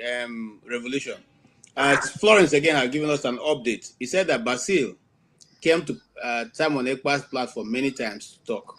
So it's not that they didn't follow Simon Ekpa. I don't know the level of support, but that's what somebody put on the comment. All right, go ahead, Oti. Okay. Sorry. Thank you. I'm just using my mobile phone now to connect. Sorry. Revolution. I'm really sorry. I don't mean to. No, but sometimes when I listen to you, the way you talk, I just wonder your reasoning. I don't know your level of education. I don't mean to insult you, but the level of your reasoning sometimes it just baffles me. I don't know where you are staying. I'm sure there must be some opportunity for adult education. You know, I'm still studying, I'm still reading. No, but perhaps you need to go to school and have some understanding. You know, about issues. Mr. Oti, I don't understand. Is it about? No, it's not an insult. Sorry, excuse me. It's not an insult. But I'm just you give me time to respond. Continue on that. No. Let me. No. You are going to turn this place to listen. No. Look, I just had the point. Look, I listened to this guy. What do you mean by that? It doesn't apply to here. No, hold on. What do I mean? What he's talking. It just doesn't make. His view. That is his point. No, but it is his own. No, but he's entitled to it, and I. No, he is. But whatever. Hold on, sir. Whatever he feels that is his view. That is his point. He has a title to it. Okay. No. It does not matter. Listen, please. Just go straight to your point. Leave him alone. It's not. No, that's fine. Yes. No. Listen. KJ. Yes, he is. But I'm equally entitled to express my opinion on his opinions, right? Yeah, but it doesn't make sense to me. That's what I'm saying. Okay. It's okay. It's okay. No. Look. You can have your opinion. I have the right also to express my opinion, to assess your opinion, right? It's not. Yes, communication. Okay, that's what we're doing. You can simply do that without asking him. I mean, what? Yeah, but you are going to attack his point, not his person. Excuse me. Look. You are attacking him as an individual. Yes, I've attacked him. Let the skies fall if they're gonna fall. I have attacked him because I'm just really disappointed. No, KJ, I cannot help it. You will give me opportunity to answer him too, because let him just attack me. Yeah. Sure. Now, so the thing is, okay, as I said, I listened to the gentleman, from World Igbo Congress. Okay. Well, of course, if you have never really taken part in organizing some meeting, association of Igbos, you wouldn't know how difficult it is. So, but World Igbo Congress, as an organization, as an effort, the difficulty I have with them is this. First of all, the name World Igbo Congress, and this particular point, Chris has he did allude to it. World Igbo Congress. I'm here in Manchester, the United Kingdom. Really, they are based in America. Okay, it's an American outfit, and then they call themselves World Igbo Congress. I don't know what effort they could make more effort to reach out. Okay, because those of us that are outside the United States of America, we are still Igbos, and we are also interested in actions to take part and contribute to the development of Igbo land. Okay, so that's one thing. And again, what is the relationship between the WIC and the Ohanese? That's again, there's some confusion there. So perhaps this these basic elementary things, if they start with that, so that people won't be confused. that is the thing. And look, money shouldn't be a problem if they are more visible, if they kind of have, if we have a clearer definition of what they are, what they, where they stand, and how they especially how they relate to Ohaneze. So that is the thing. It's just essentially what they're doing is in America. Now, but as I said, we have Igbos all over the world, in Europe. So how are we in Europe gonna be part of this? Whatever they're thinking, whatever effort they are, they are making. I'm sure, we're equally committed to the peace and prosperity of Igbo land. CM here is in UK as myself. So are we? Can we be part of the World Igbo Congress? And but I think they have this kind of the process where associations, in Igbo in Europe, for example, could be affiliate. I don't know how well that's functioning. No, but if they are calling themselves World Igbo Congress and they want to represent Igbos, perhaps in the diaspora, if we limit it to that, I mean, a better job of kind of trying to bring all Igbos, in other continents together. They could, I mean, the leadership of Igbo associations all over the world, they could make a better effort. I know it's not easy to reach out to them and then get them perhaps sign, keen into whatever big ideas, big visions they have. So it's a big ask, I know, but I listened to them. They spoke well. We can only encourage them, and I think nothing beats individual participation. You see, where I am, every politics is local. What I would encourage everyone is this: you have to take part. As I said, if you have never if you have not been part of any, organizing meetings, you don't know how difficult it is. Our people, they don't show up unless if you invite them to a party there's going to be jollof rice and big Guinness. They will have time. But if it is okay, come, let's discuss this, something serious political discussion. No, nobody has time. So that's the challenge everyone is facing. Okay, and I'm sure it won't be it's not going to be different from World Igbo Congress, so. Yeah. Okay. Thank you so much for making your point well known. I think you eventually ended up saying the same thing that the revolution said, but in a different form. No, we're not saying the same thing. No. So don't say that. We're not saying the same thing. Revolution. No, he asked a question. Sorry, revolution is talking about Igbo leaders. Listen, sorry, hold on. This man, revolution thinks someone is an Igbo. Hold on. So this man, revolution thinks someone is an Igbo leader. Come on, this kind of level of understanding, and I don't know what that is my opinion. Listen, it's your opinion. Yeah, that's what I'm attacking. Revolution, don't worry. Let me talk on this. And I don't know. Let me say God damn it, Mr. Oti. Let me say something. Now, when Nnamdi Kanu was taken out of the scene, all those people who were shouting Nnamdi Kanu was doing it wrong.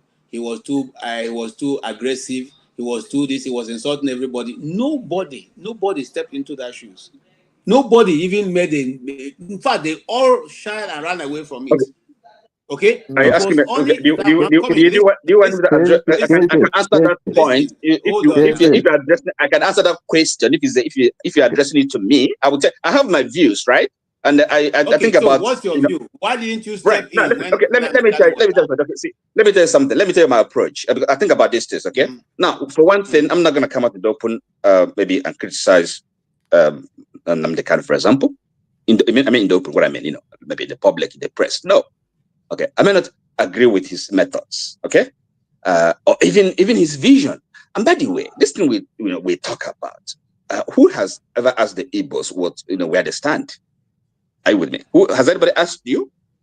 So, what I'm saying, I'm not going to come out in the open and maybe in the public, on the media, press, and criticize him. But if a member of RIPOB, for example, I get with them in conversation.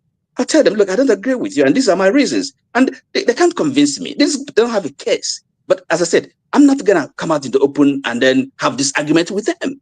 Are you with me? So people like this revolution, these are the people that, with their mindset, with their understanding, and these are the people that come on, we're not going nowhere.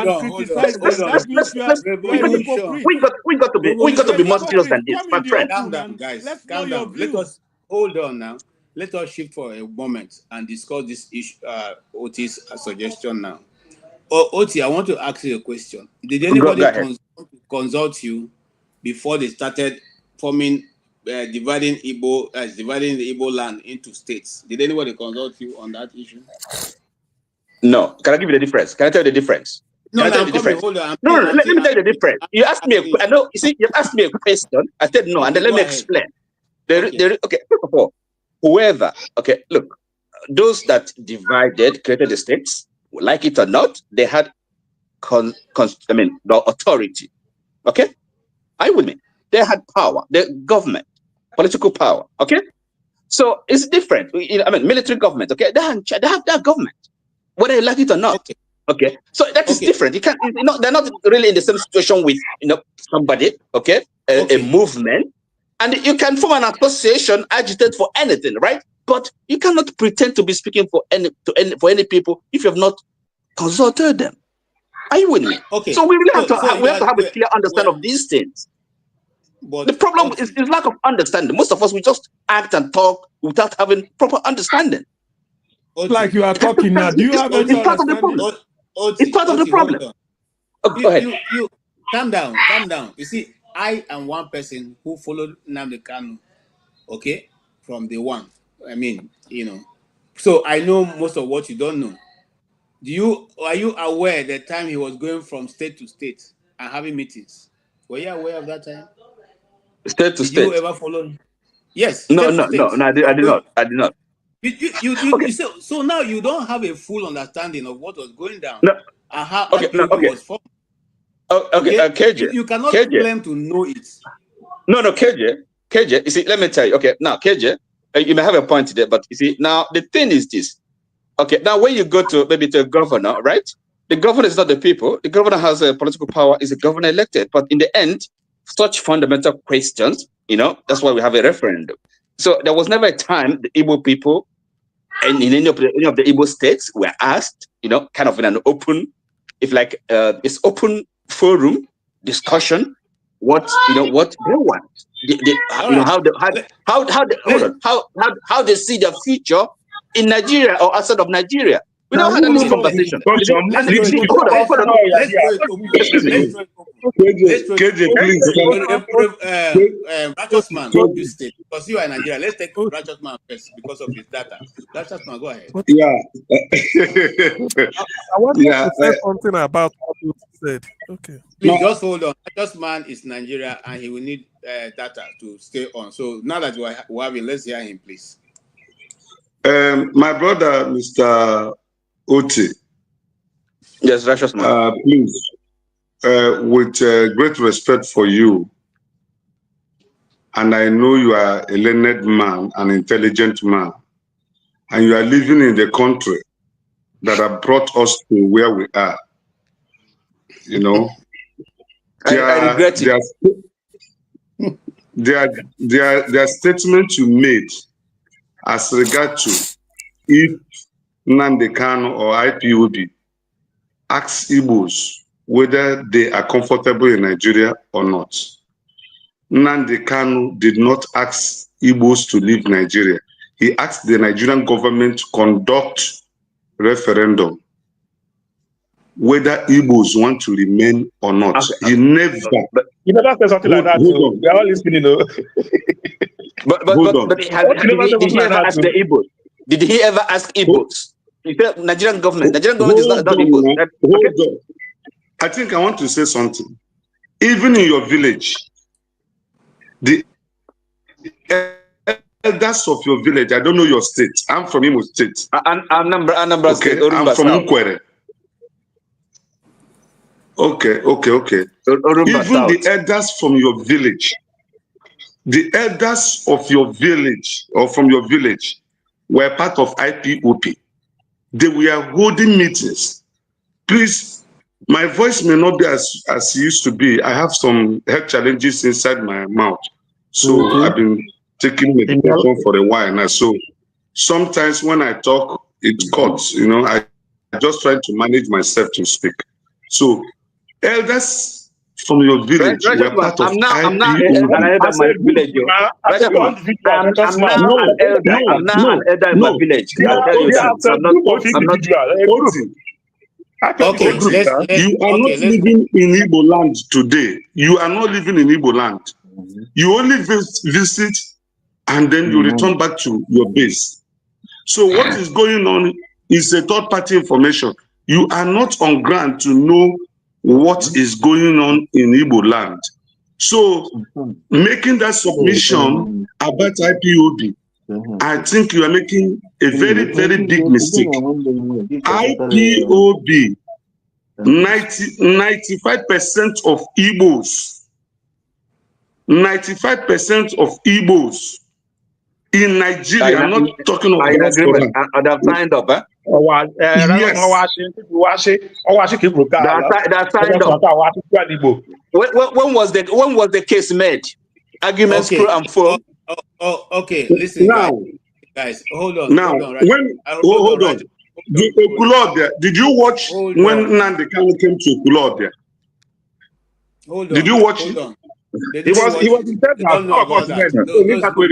Did you watch when he came to Onitsha? When he went to Ebonyi? When he came to Arondi Zog? It doesn't mean anything. You know, that doesn't mean anything. He was in Texas. What food? Who come see him? Not today. You see, gentlemen, calm down. Let's calm down. Let's take it one after the other. Okay, you have made your point. Thank you, righteous man. Let's hear from Chris. Thank you. Chris, Yes. What I was gonna say is this. People seem not to understand Nnamdi Kanu's philosophy and his organization called IPOB. Nnamdi Kanu started with, asking Nigeria to be a better place. Then he realized that Nigeria cannot work. Then he says, okay, as it is today, Nigeria, everybody says Nigeria is not working. Can we sit down, have a referendum, and ask ourselves, who is Nigeria? What do we want? And this is exactly what other people did in other climes that helped them to develop. For instance, in India, when Britain left, they sat down, they asked, who is India? Then they culminated into having India, Pakistan, and Bangladesh. Even in 1845, in Westphalia, Germany, after many years of war, the Europeans came together and said, okay, now we are tired of fighting. Can we sit down and ask ourselves, how do we live?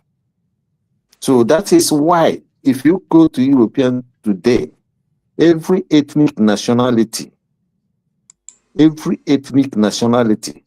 has become a nation, a state nation, country of its own. That if they want. Okay, that's how they started. Now, in a time of enlightenment, when Kanu came up, he set up structures. He said he didn't want it violently. But something came up, like the Fulani invasion of Igbo land. Then he had to do certain things in order to try to solve that problem, which made them to see him as a very big target, and they captured him. Now, but he had what is called a structure that he left. Now, these structures are still there, and they are working perfectly well. Probably not the way Nnamdi Kanu used to come to the radio, and maybe because in our own, we Igbo people or, Africans, we like people who always, we like some, I'm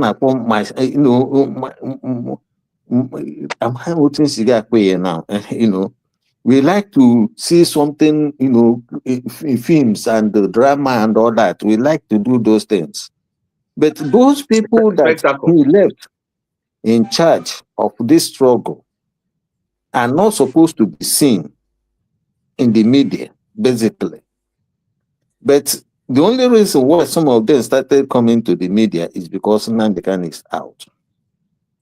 But if you ask them what they are doing the right thing. Unless you get to know what they are doing, then you will not know what they are actually doing. But in essence, what I'm trying to say today is this. You know, in Nigeria, as we see it today, no matter how we like it, and we live in a country, you know, Western world, where we live, you know, if Britain left in European Union, Britain is still the bedrock of European security today. So if there is a rearrangement of Nigeria, Igbos are not going anywhere geographically. The Yorubas are not going anywhere geographically. The Hausas are not going anywhere geographically. But there will be what is called understanding, because culture, I've said it severally on this one, that constitution, every nation gives themselves constitution based on their culture. And if any constitution is not based on your culture, it becomes imposed colonization. Now, what happened when their forefathers fought the Europeans? They fought them to get independence, but they left the structures the Europeans left for them. In other words, it seems to me that they didn't know why they actually fought or asked them to leave. Because if you are going to take the culture of the people that colonize you in order to continue, then that is why Nigeria is nobody is obeying the constitution, because it's not based on their culture. Nobody is based on Nigerian constitution because it's not based on their culture. So if we want to get it right, any constitution Nigeria has to draft will have to be based on their culture. So Okay. I've always said it, you know, for instance, those who want to do something, you know, who want to have Nigeria, they can tell the TVs. I give you an example. You know, the TV people, they were divided into Nasarawa, Taraba. Benue, and Taraba, right? When the Fulanis came in 1804, they fought as TV and they stopped them. But today, because of the division, the Fulanis are fighting as Fulanis, and they are now killing them, massacring them, and they are not having any cohesion to fight.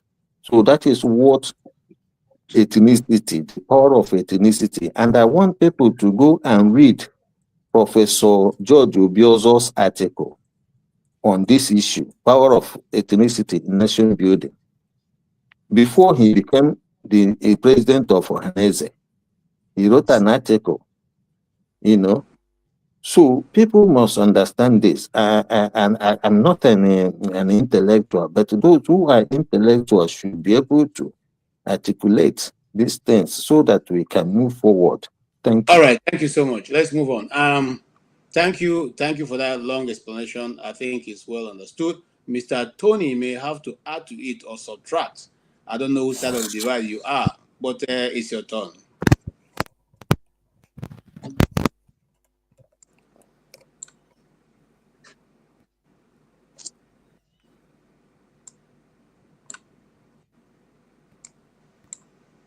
Yes, sir, Tony. We're waiting for you. Yeah, sorry, I was muted. Sorry. I think that the discussion has shifted a little from the original point. Yeah, no, we just want to spend a few seconds on this and then we'll move on back to where we are coming from. Yeah, I think that the issue that Oti was raising, you know, with respect to Nnamdi Kanu is saying upon what Igbo consensus was arrived at for anybody to suggest that what he is doing has the consensus of all the Igbos. You know, you have Igbos in Kogi, you have Igbos in Delta, Rivers, you know, the Southeast, and so on and so forth. I think that's the issue that he's trying to raise. In other words, he's saying that there are probably people who don't agree maybe on his style. They may agree on the focus, his intention. The vision, yes. But they may not agree with the approach, which is our approach. Okay? So I think maybe it's not fully understood. I don't think it was fair for him to have spoken the way he did about my brother Revolution. I think he needs to give him an apology, because we're here to learn. We're here to learn. And nobody is perfect. That's probably the way he sees the revolution. But some of us don't see him that way. And thank you, moderator, like you spoke. Even if we come here and say nonsense, that's someone's view, you know. So even in the nonsense, there's something to learn from the nonsense, you know. So that's my view with respect to that. But I think that we must ask the question whether what was the original vision when we came together at independence? What was the vision? Why did all the ethnic groups who found themselves within the geographical expression called Nigeria, what was it they were looking at? What was the purpose when we came together, whether forcefully, whether by ourselves or whatever? But what were we looking at when they came together? The you know, Awolowo, Saduana, the Middle Belt group, and so on and so forth. What was it? And if you look at that vision, whatever was the vision, would you say that all the components, all the entities that make up that component, you know, called Nigeria, would you say that they are satisfied with that union if it was ever a union? And therefore, if there is a problem, there is an issue, you know, within that enclave, are we saying that it has been addressed properly in a way that people can still see themselves as part of that original vision, you know, where we started from? I think these are some of the critical issues that we'll ask. Because if there's a part of that union that is ailing, or that is feeling a sense of injustice and feeling that it's not been treated fairly, then I think what anyone who is interested in the welfare or the future of Nigeria should do is to sit down to find out what the issues are and to address those issues, and not to vilify them and call them names, you know, as a result of whatever had happened, you know. So I have said somewhere, and I want to repeat it again, and I'm sorry I'm going to speak this way. If you continue to intimidate the Igbo man and continue to cast aspersion on the Igbo man and call him names, wherever he's settled, wherever he's found within the entity called Nigeria, and you continue to point out the civil war, whose cause actually did not emanate from the Southeast. We know the reasons why that civil war came, or why the first coup came. But if you take that aside, you are wondering, whatever was the issue, think about the years that Nigeria has started fighting insurgency in the north, how much the country has sunk in fighting insurgency. Did Nigeria spend that kind of money fighting the civil war? You know, the money that would have been used to develop the entire country is being used, you know, to suppress an insurrection that was caused, sponsored, and financed by a section of the country, and nobody talks about it. Nobody vilifies them as they vilified the Southeast. So these are the issues that we have to interrogate, because by now we're supposed to be asking the North to begin to reform Nigeria. All the money that Nigeria has spent to fight this war, because they started it, they funded it, they kept a blind eye, they caused the problem. And if you are going to finger the East, the Southeast for Biafra, We must also stand up to finger the North for all the problems that they have caused, people they have killed, blood that they have shed, money that we have wasted, and the way the country has now gone. 45 years, they ruled Nigeria, whether military or civil. And this is what we have gotten. So we must begin to interrogate those issues, because those are critical issues if we are trying to find a path for Nigeria. Let me stop there. Thank you so much. And the very critical questions that you have raised there. And sometimes when these questions are raised, people begin to throw out the tribal card. They will not want to discuss it anymore. They will want to say, because you Igbos are the ones always raising, problem. But those are things that we should all look at. Maybe, Tony, I will write that down. One of these days we will have to look at that as a topic, which we will discuss extensively. Mr. Chibuzo. Okay. Mr. Chibuzo. Yes, you have been trying to fight from the other side. Now you have your time now. Tell us what you have been trying to say. Okay, what I'm trying to say, first of all, Mr. Tony, in my own AG board can market. You understand? OAG board can market. If room Messi, defender come after you, striker come out and try to collect ball from you. So it's like that question I don't know. Only book can market. Ndi boji ball, so I can marking for every corner. If they don't mark us, that means something is wrong. So onye mana aso ya so na ripe. Onye mana aso no kwa pasasiria.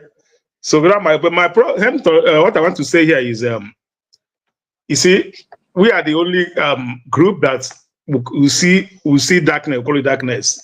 We call it CB. Whenever our own brothers come to this show, it's with the Igbo that always come online to try to ginger and I'm like want to know everything, and which is good. That's who we are. You come like the man that came here, I taught him so many times. You can't tell me that this is blue, and I know it's black. I want him to believe that it's blue. It's not going to happen. No matter you are my elder, everything, it's not going to happen. I say I know him very, very well. All right, he has his own way of life. So the other way around, Revolution said, like as I said, not the kind of Sameba. Sameba have a good supporter. There's so many supporters of Weak that support Sameba. All right, that don't support Nnamdi Kanu. There are so many supporters of Nnamdi Kanu that don't support Sameba. This is a freedom of choose and support whoever you feel like is doing what you like. Sometimes I use it to so that they contribute a lot of money. When I say even not only supporting, the more they pump in, I say give me that money, can do more than this. So let's leave that aside of who support, who no support. Let's we Igbo try to come together, man. Because the way these are going, that's why people always laugh at us, but they can't do what we do, but they always laugh. Like just as I said, for the example of that hospital excellence they want to build, one make that hospital not to come today is which land, where we are going to build it. Is in Anambra, in Animo. That discussion was like heaven. The governors got involved. The politics organizers got involved. This hospital excellence, it was a huge that not today now. People were ready to finance it, but we had to want to build it. That's the problem that we the Igbo also have, which I know that is not more. And with the youths, the remedy said it, when the kids are not grown up, he was ginger. Like me, I can't pay. For example, for me to hotel, in Boston, hotel is $700. All right? I can't pay $700 in 3 days, fly, pay $1,500 to sit down and listen and come back when my kids are still young. All right? By the time my kids are grown up and ready to move around, maybe the time and everything is not on my side. So the way I be reasoning things, that's not the way I reason things now. That's not the way I go to reason things 20, 30 years coming. All right? So that time take effect. And when the youth are not even ready to even take that shoe, that's the problem. To fit on this World Igbo Congress, they need people to take the shoe. But we are not ready to even take the shoe. So let's not to blame my point. Let's not to start blaming and blaming. If you have managed a group of 5 people, call meeting, all right? You understand that it's not easy. I don't say time to 5 stores, 1 to 3. In this America, you gather 5 people, say you are their chairman. Where you manage them and manage successfully, then managing something like World Igbo Congress, all right, which by affiliate of my meeting, I belong to the group. My meeting pay my dues. I don't pay the only $20 I pay, $25 I paid. The one we paid before before the ESN was formed, before every other program they are rolling out right now, they are still in place. They are rolled so many programs which is still in place. But for me, I'm not paying it down. Only money I pay that $25 for registration fee is family, me and my wife and my two kids. All right. So and I know where the money goes. I ask person where the money go. They explain to me, which they cannot explain to us here where the money goes. I know where the money goes. All right. And I see the effects for the first day. The ESN take, I see the effect of it for the first day. So let's not to come every time we see our own people here. We are the ones that will champion Efilefu, Nka, Sabo, Nka. That is not the way. You saw that group, even though you're the person call here, everybody keep quiet, let him talk. Let's, even though we want to condemn them, let's take it easy. All right. They are human beings like us. They take it easy and like, okay, take it easy and construct this thing well. Not to like in a way of something that you can't do. You see somebody doing it. You can't do this thing, somebody doing it, you are condemning the person that is doing it. If you cannot do something, if you don't condemn somebody that is doing it. There's nothing stopping any of us here to gather ourselves here and call ourselves World Igbo Congress, America or what? You can even put World Igbo Congress world. We'll register it. We'll start operating and start making move. Nothing stop us to do that. That's how they all started also. No, they're not just, the government funding. It's not the individual funding. They use their own money to run all the show. So nothing stop any of us here to also try to champion something and make change. All right? It's not somebody who wants to make change.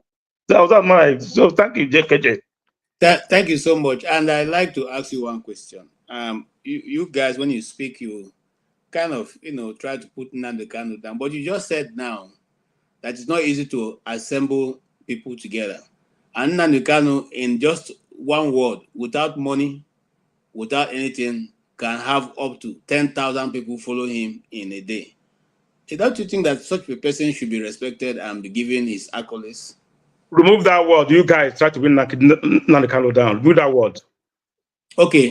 So people try to say they are not in agreement with what he's doing, or he's not doing properly. But those people cannot even put together 5 people and drag a Congress to a meeting. Is that not difficult to? So that's what I'm saying. That's what I'm saying. Not everybody will agree what you are doing. As I said, Nnamdi Kanu has supporters. I mean, so in a week right now, some people support Nnamdi Kanu fully. Some people support Sameleba. All right. So you can't have everybody support one person in their own goal, what you are trying to do. You don't report that. Nnamdi Kanu is now, he have his own supporters, he has his own followers. All right. There's people that don't support, that don't follow him, which are also evil people. So we don't blame, we don't condemn them. But my problem is that don't condemn if you cannot do what I'm doing, all right. I didn't like hurt you by what I'm doing. Don't stay on your own parlor and start condemning me and start talking bad against me, whereby you cannot do that I'm doing. That's my point. All right. Most of us are from Nnamdi Kanu. So that's my point. Sorry, KJ. All right. KJ, can I just a corrective, because the question you asked, I want to maybe answer just a little answer, okay, to your question. All right, go ahead. Can I go ahead? Now, so yes, right.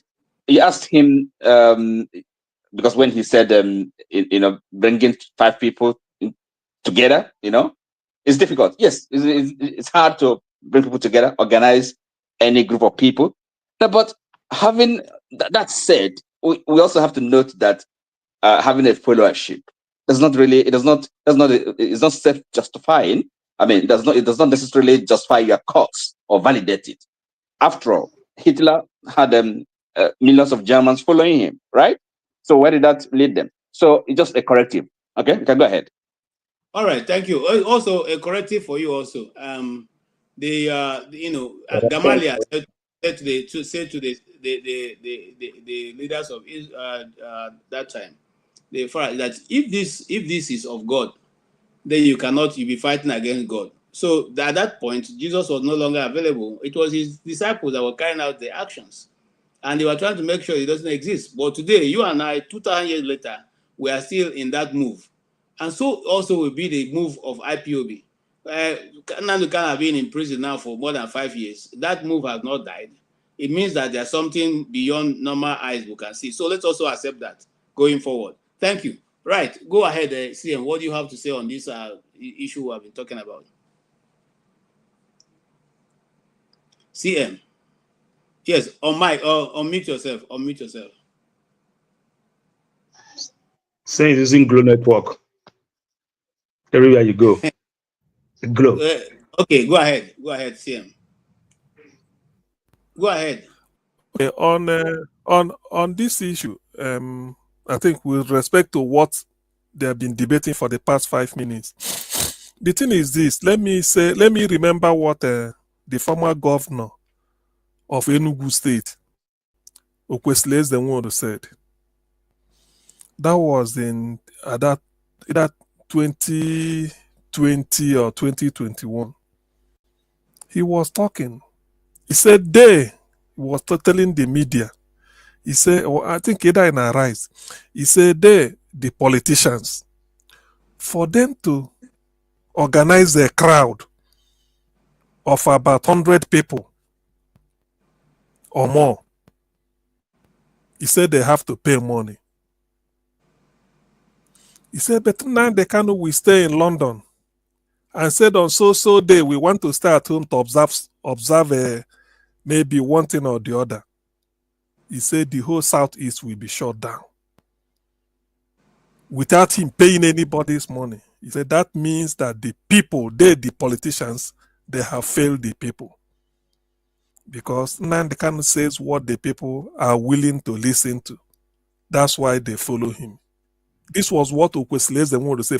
For those of you who may come across the interview, he said the politicians, is difficult for them.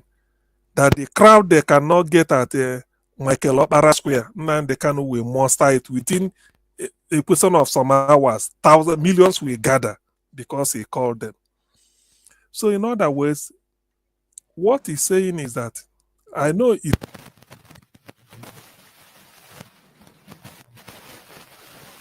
It's your volume.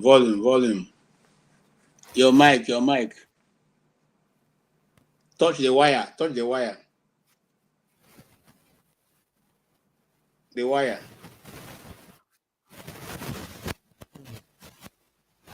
The wire. All right. Let's skip you. It's time to pass. Yeah, when you sort it out, we'll come back. Yes. Make I just answer them for 2 minutes, please. Yes, Revolution, it's your turn. Go ahead. Chifuzo, can go? I want to know if Mfundi Igbo kafa na-eme ife la na-eme o ife na-eme ijumaju azagomi obrokwa iwe o but ijumaju let me answer you ife na-eme ife na-eme ndị Igbo Ikwenye Igbo iso ni ya but kefe ngeme Mfundi Igbo no o ife na-eme Igbo na-eme ifere he ga-emekwa gị ke gị na ọrụ mmiri Okay, Revolution, is that your response?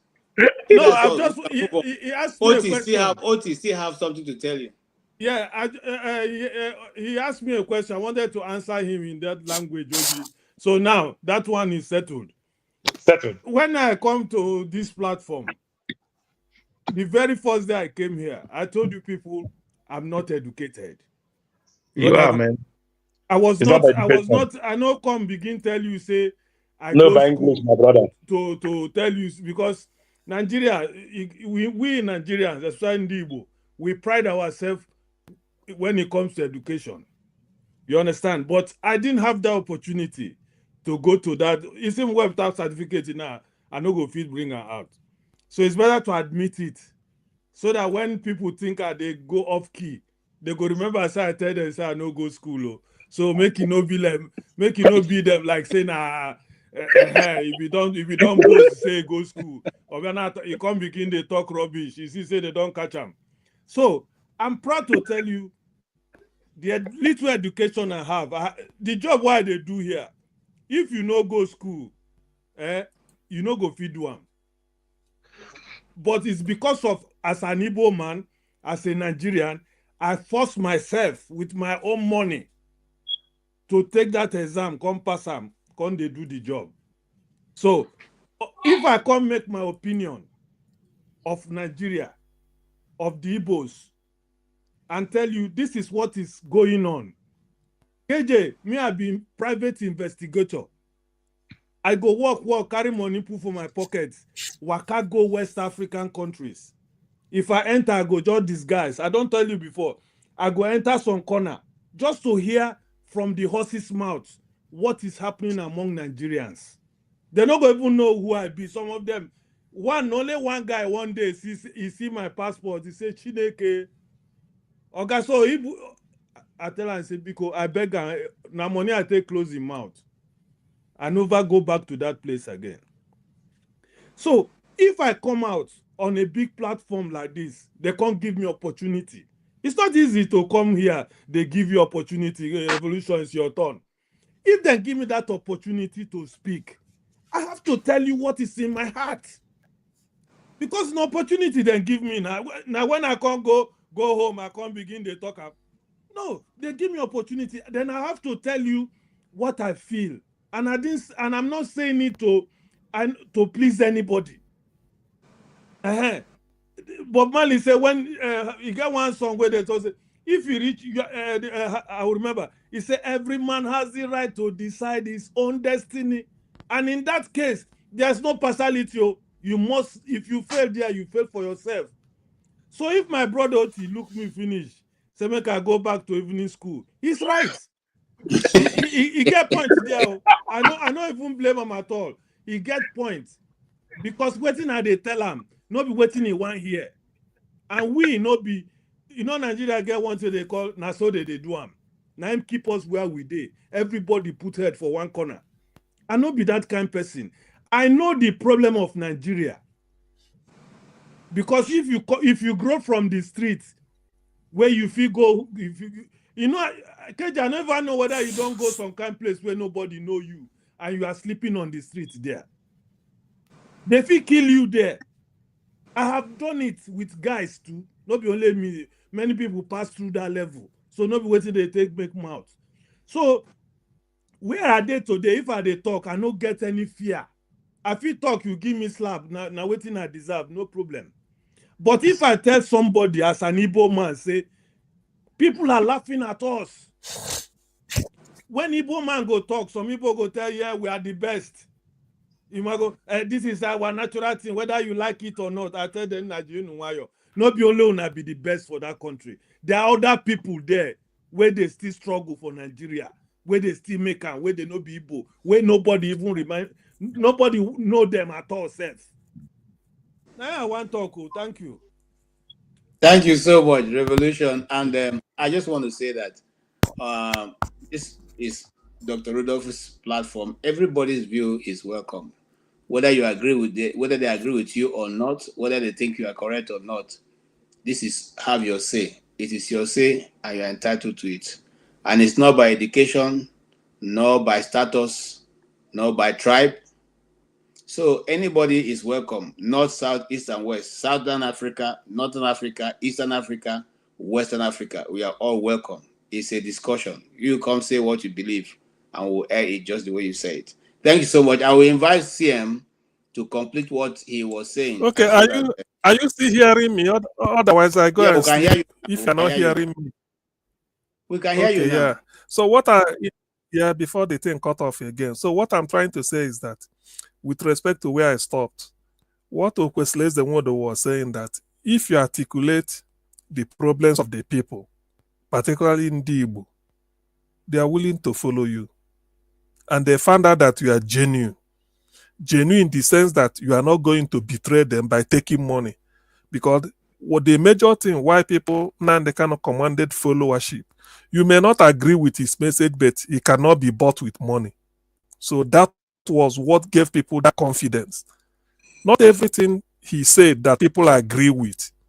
People may say, no, this one I didn't agree with it. But the fact that Nnamdi with all the enticement, he never accepted the federal government to be bribed to drop the agitation.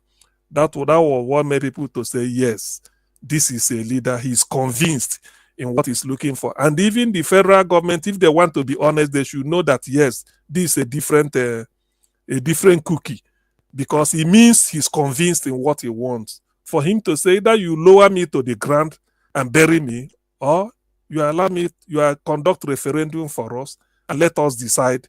Let us decide our fate as Biafrans. So that is what I will say to that. Now, one thing I will tell you, revolution now, is this. You see, you must think it doesn't necessarily mean, assuming this gathering, we are speaking Igbo here, nobody will tell you what to say. That's what they call wisdom. But maybe because if we are to the language of instruction, communication may be German or Arabic or English or anything, you may think that you don't fit in. No. You can use pidgin. You make it, you still have what you want to say. So let that not be a handicap. I don't really see it as such. But make sure that what you are saying is in line with the issue we are discussing, no matter the how cut and join of whether pidgin English or German language or Russian language, any language you are using, it doesn't matter. What matters please is the don't educate me. What I'm saying is in line from my mind. If it's not in line for you, who is educated, that is your problem. No, It's in line. What I'm even trying to say because you listen. You don't have to listen. You don't have that right to advise me what to say.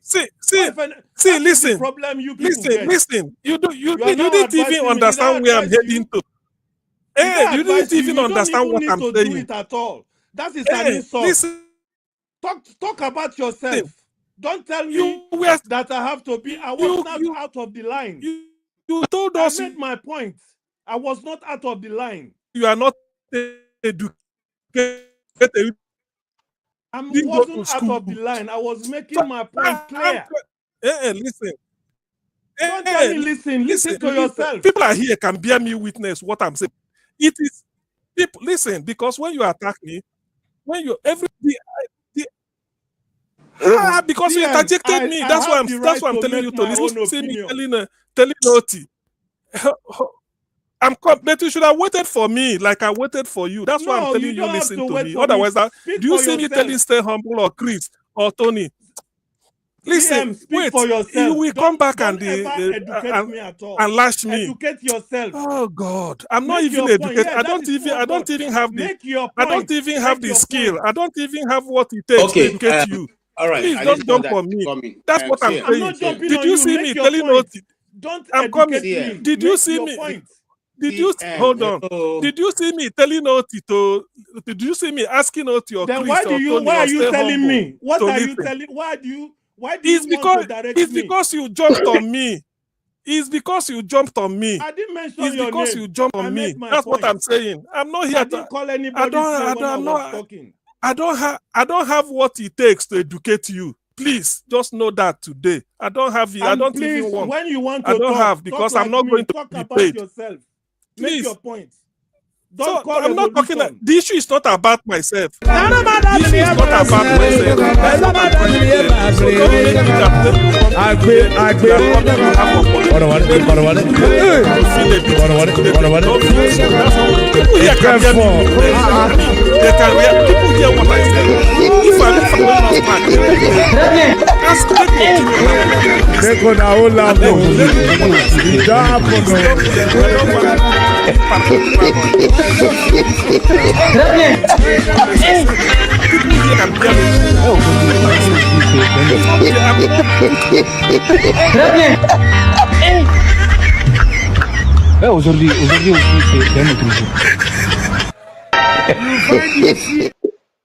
All right. What is that? Thank you, gentlemen and ladies. Or rather, gentlemen. Right. I just needed to put a stop to that. It wasn't leading us anywhere. He's not understanding what you're saying. You are not understanding his. So let's move on. CM, if you still have something to say apart from talking to Revolution, then we'll give you that opportunity. If not, we'll move to Stay Humble. CM. Hello, network. Don't hang. Okay. Why not kick the people that are causing nuisance out of the group? Kick them out of the group. They've not done enough to. No, that is not. They're not nuisance yet.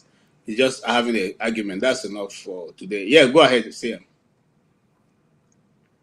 When you See, we can't hear you. Your head. This is your headphones. The jack, either the jack or the cable, one of them is not working properly. It's having partial contact. So when you move a bit, it stops picking your voice. If you can hear me, maybe you need to check the wires, the connection. All right. I'll put it to charge. May I send another one? Yes, I stay humble. Can we hear you? Okay. Yeah. Okay. I was wondering why, they were allowed to cause this amount of disorder in the group without being shown the exit. Forefathers, what did happen now? Oh, sorry, I don't know what happened. I think it just happened. Sorry about that. Let me put it back the way it was before, I think. How was it again? Oh, it was this one. Which one was it? Where did he have it before? Go ahead, I stay humble. Okay. Unfortunately, I've been very, very busy this week. I will be going on some short leave, so I will have some time to join some of the conversations in full detail. I saw the topic when I was at work about the World Congress, and I laughed. I don't know what you are discussing at the moment. I don't know what you want me to talk about specifically, or you just want me to generally comment on issues and the burning issues. My good friend Forefathers is here. The last time he tried to, I don't know whether he wanted to intimidate me or what, just calling me names and stuff, by just ignoring him. So, World Igbo Congress, I think the irony of it is that it is located in the United States, unfortunately, where it should not be and where it should never be. But our people are not seeing that. They think it should be in the US, but it should not be in the US. I think that's the foundational and fundamental error about the World Igbo Congress. And one question that you want to ask yourself is that since the existence of the World Igbo Congress, what has it really contributed as a body, as an organization, to the advancement of the Igbo cause? You can name one. Yeah, I'll be very delighted to hear what they have contributed. Nothing really. I think the organization is peopled by politicians and all sorts of undesirable elements, from the Igbo stock, I would say boldly, without fear of contradiction. I don't think they have really contributed much to the advancement of the Igbo cause. Before I joined this, I was listening to the speech made by Julius Malema. Fortunately, he was the special guest at the I think the annual general meeting or conference of the Nigerian Bar Association, which initially was scheduled to be held in Port Harcourt. But as God will have it, the principalities of River State misbehaved, and the Nigerian Bar Association had to take their meeting to Enugu, and the state government there, gave them a huge reception. And Julius Malema, which of course, if it was one of these guys from some other parts of the country, they wouldn't even invite Julius Malema. They will invite Portable or some other comedians to cause nuisance. I think it was a very bold step for them to invite Julius Malema. If you've not listened to that speech, go to Channel's TV page and look for his speech at the Nigerian Bar Association. I think that's what we should be thinking at the moment. I don't know what else you want me to say about World Igbo Congress, but I don't even have have time for them when they are more serious, because World Igbo Congress should be situated in Igbo land, not in the United States. So, that should be our mindset going forward. And, without that, we have not even started. Thank you. So, KJ, can I just ask him a question? Can I just ask him a question? Okay, sorry. Stay humble. If World Igbo Congress is situated in Igbo land, what would Ohaneze? Should be the relationship between the two? Whether there is a relationship or not, I think it's an anomaly for the World Igbo Congress. So if it is not in America, where else apart from Igbo land? If not in America, okay, apart from Igbo land, where else should it be no, located? it should be in Igbo land. It should not be elsewhere. Why? Why? Because it is the World Igbo Congress. If it is something that's for the Igbo diaspora, Igbo worldwide, okay? Igbo worldwide, not just in Igbo land. So if it is an association, an entity meant to serve the interests of Igbos worldwide, global Igbo nation, apart from Igbo land. So why shouldn't it be in America or outside Igbo land? My contention is not that there shouldn't be branches of the organization situated in some other countries where Igbos are. That's not. No, but it's home. My contention is that the headquarters should be situated in Igbo land. You and I, so that other people, because this World Igbo Congress, there are so many Igbo people that don't even know what's happening in the World Igbo Congress. They don't. Yes, that is true. That is true. But it's a different thing from the argument you're making. On the street does not know what's happening in the World Igbo Congress, and that's where we are going fundamentally wrong. All right, thank you. That's the colonial mentality, because we think that it must be in the United States for it to make sense. Let's not divert. Okay, thank you. Humble. Can CM, are you ready to finish what you're asking? I thought he's talking. It's my turn now. Hold on. You see, it's good for people to understand. The Igbos in USA decided to have for themselves an organization called World Igbo Congress. They do not need the approval, the imprimatur of anybody, any Igbo, anywhere. If you are in US, you join them. If you are outside the US, you can only listen to them and give them suggestion. They are not under any compulsion, so to speak, to be in Igbo land. They can visit. It's just like people there. Anybody can go to US and reside and join them.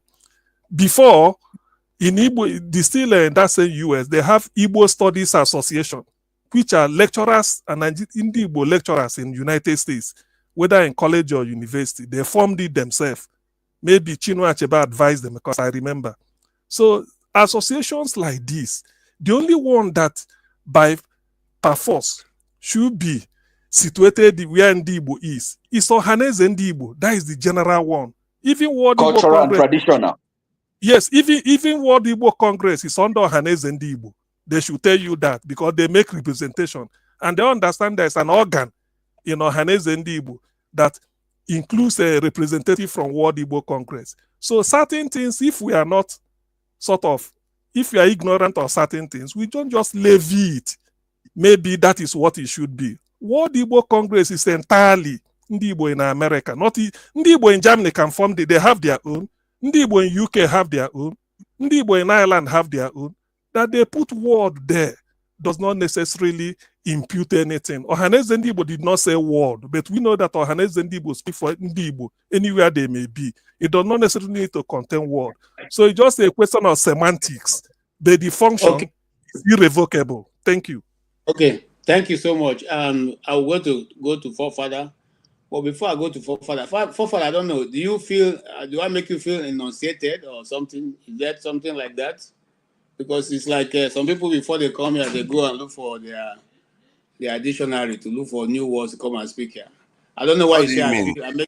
Somebody says on the platform that it's something about make he or her to feel enunciated. I don't know why. Is it my face or my word or what? I don't know. You guys, calm down, please. If you have an issue with yourself, deal with yourself. I beg.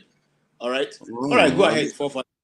Yeah, I'm not aware of any enunciation. Greetings to UKJ for hosting, and greetings to the panelists and the chat and the viewers.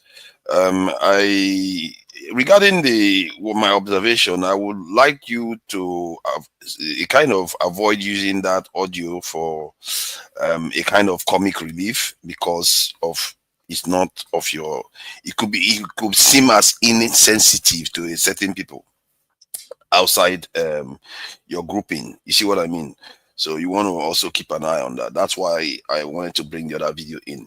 That said, in a way, I sympathize with, which is very weird, stay humble, opinion that World Igbo Congress should be situated in an Igbo land, because the name connotes certain things, except naming conventions don't matter anymore, and it could lead to confusion too. And there is something to be said for the name. Isn't that what parents give us names? So if somebody decides to call something, that you can say World Igbo Congress American chapter, things that they already have these conventions in place. You don't just call it World Igbo Congress when you're inside the US, even if the functions remain, something situated in America. But you can see where he's coming from. It's not that complicated to understand. Not that I like his other opinions anyway. This is the revolution now. All these dadas. I don't know what's going on. Why people not go to school? But probably you didn't go to school. You say you didn't go to school. Ovie doesn't look like you went to school. You see that when you get that, they just don't let you enter classrooms anymore. Is that it? You don't want them to cut your hair or something. I don't know what's going on. So, but that said, anyway, when I it like. is my turn, I will tell you what's going on. Yeah, please let me know, because I don't know what's going on there. But I do like your submission on that point. It's very interesting, because I actually think that the work of some of these organizations that are working on behalf of the Igbos, I think it's a good thing. I personally have also actually asked for that, which is weird. I've actually said, why is it that Igbos are getting attacked in the north? Why are they getting attacked in Dubai? Why is there no organization taking care of their affairs? These things have to be there, and if there are issues, that these organizations are failing. So they must be doing something good. And after all, I've not heard of any major problems. The Southeast is calming down too, which is very interesting. However, there was a reason why Socrates didn't like democracy. He was a philosopher. He didn't like democracy because he felt democracy was going to produce demagogues. It doesn't necessarily produce correct answers. Because people that say what people want to hear, that's what people follow. It doesn't necessarily mean they are accurate or they are correct in whatever they are advocating. So the point I'm raising was what was said about Nnamdi Kanu, how he got support in the West. He may be popular, doesn't necessarily mean he's accurate in his prescription. And that is something I feel maybe it needed to be highlighted, because popularity, I can go and say all kinds of things to people with a lot of charisma and tell them it's correct. What if it's not? That's the thing about politics and popularity. We have to be careful about equating popularity to being actually correct on the issues. But that said, from the point of view of the conversation, I'm enjoying it. Funny enough, because I'm just coming from a panel where they were paneling Igbo people like crazy. It turns out that I'm the Igbo defender, but it's all right. I'm a very equal opportunity defender of everybody. So, but you have to admit, though, some Nigerians, they are actually it's quite sad, because I have to tell them the same thing. That some of the things I say to someone like Humble here. Why is it that we are like this? Why do we always make everything about them against us? Some of the things I've heard people say about Igbo people, they are not hiding it too. Some of the things I've heard some Igbo say about other people, we have to stop this. We are in the same country. We are stuck together. We have to become immune to these things. And this is why I said the KJ to look out for that video. We have to be sensitive to other people's feelings. It's not just about us alone. And it helps you too by doing that, by the way. Because if it's an Ijaw person sees that video now, they might think, oh, you are just laughing at them. in the midst of forefather, we all don't sorts even of know which Ghana. language the Oh, look at person who that. was dancing. I mean, We don't know the language. I see. But I grew up don't in bring River this State, thing so to I me, know. I keep please. telling I you that I don't. grew up in River State. So Hey, don't see. I forefather. know I didn't want how to they stop you, feel. but now I need to stop you. Listen. Stop me now. Yes, listen. My wife is from Delta State, and she's Mhm. a Shekiri. I didn't marry Igbo. Mhm. Okay, I grew up in the north. The only Good. part of Nigeria I've not worked is Lagos. So Mhm. please, then let's stop this thing. And apart from that, before I started this program, I said I had a video. I don't just want to do it because we don't have the time now. That will take us away from what we're discussing. A Fulani lady made a video saying that the whole problem of Nigeria is the Igbos. And I praised her for that. I said this in fact, this is the best discovery after the discovery of sliced bread. So let her now go ahead and let her uncles know that they should just tell the Igbos to pack their load and go out of Nigeria. That problem will be solved. If they ever catch any Igbo man using Nigerian passport to do anything, they should just do whatever they want to do with that individual. Look, there's no need. If you are talking about now, in 1949, that's when Nnamdi Ezekwe made a famous speech, which I've been discussing earlier in this program. It was not before, it was before the amalgamation of Nigeria. Sorry, after the amalgamation of Nigeria, he made that speech of Igbos not being liked. And I tell you the truth, and not because I'm Igbo, but Igbos will never be liked. Because why? There's always something about the people that you don't like. Who don't like people? Some people don't like the Jews. Some people don't like the Americans. Some people don't like the Russians. So there will always be some certain people you don't like. The Fulanis, we've always loved the Fulanis. It's when they start trying to take over land that people start not liking them. In my university, I have a Fulani guy I was teaching how to read and write. He comes with his cows every day, almost every other day to my hostel. Okay, I don't even speak good Hausa. Okay, but so that was how close we were with these people. Nobody saw them as anything. This guy brings his cow, sits around. Listen. The reason why we got to this point is because the government of the day refused to address these issues when they could have easily nipped it in the bud, but they were rather enjoying it because it was helping them to keep being in power.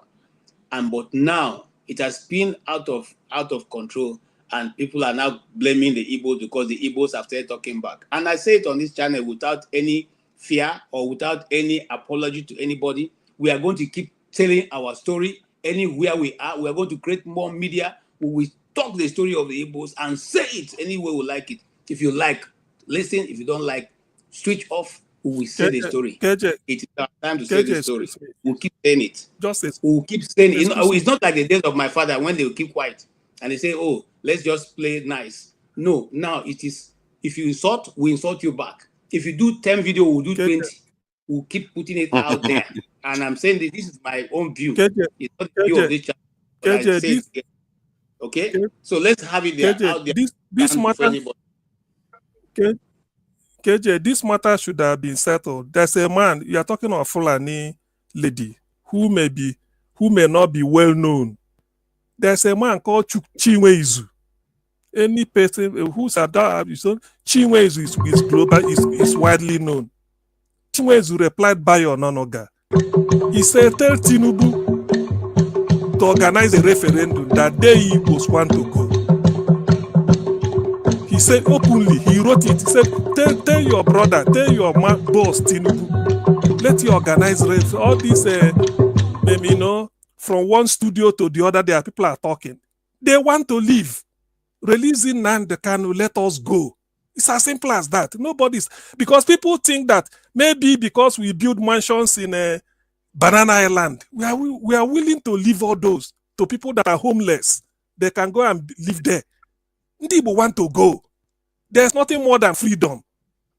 Those that seize the abandoned property of Face Me and Face You in Port Harcourt, they didn't know that today they will be building mansions everywhere. So what people are saying, because the thing about Nigeria is that you are in a cubicle, in a crucible, and everybody just talking, blaming Indie or this or that. Nnamdi Kanu is not because he's popular. Nnamdi Kanu has followership.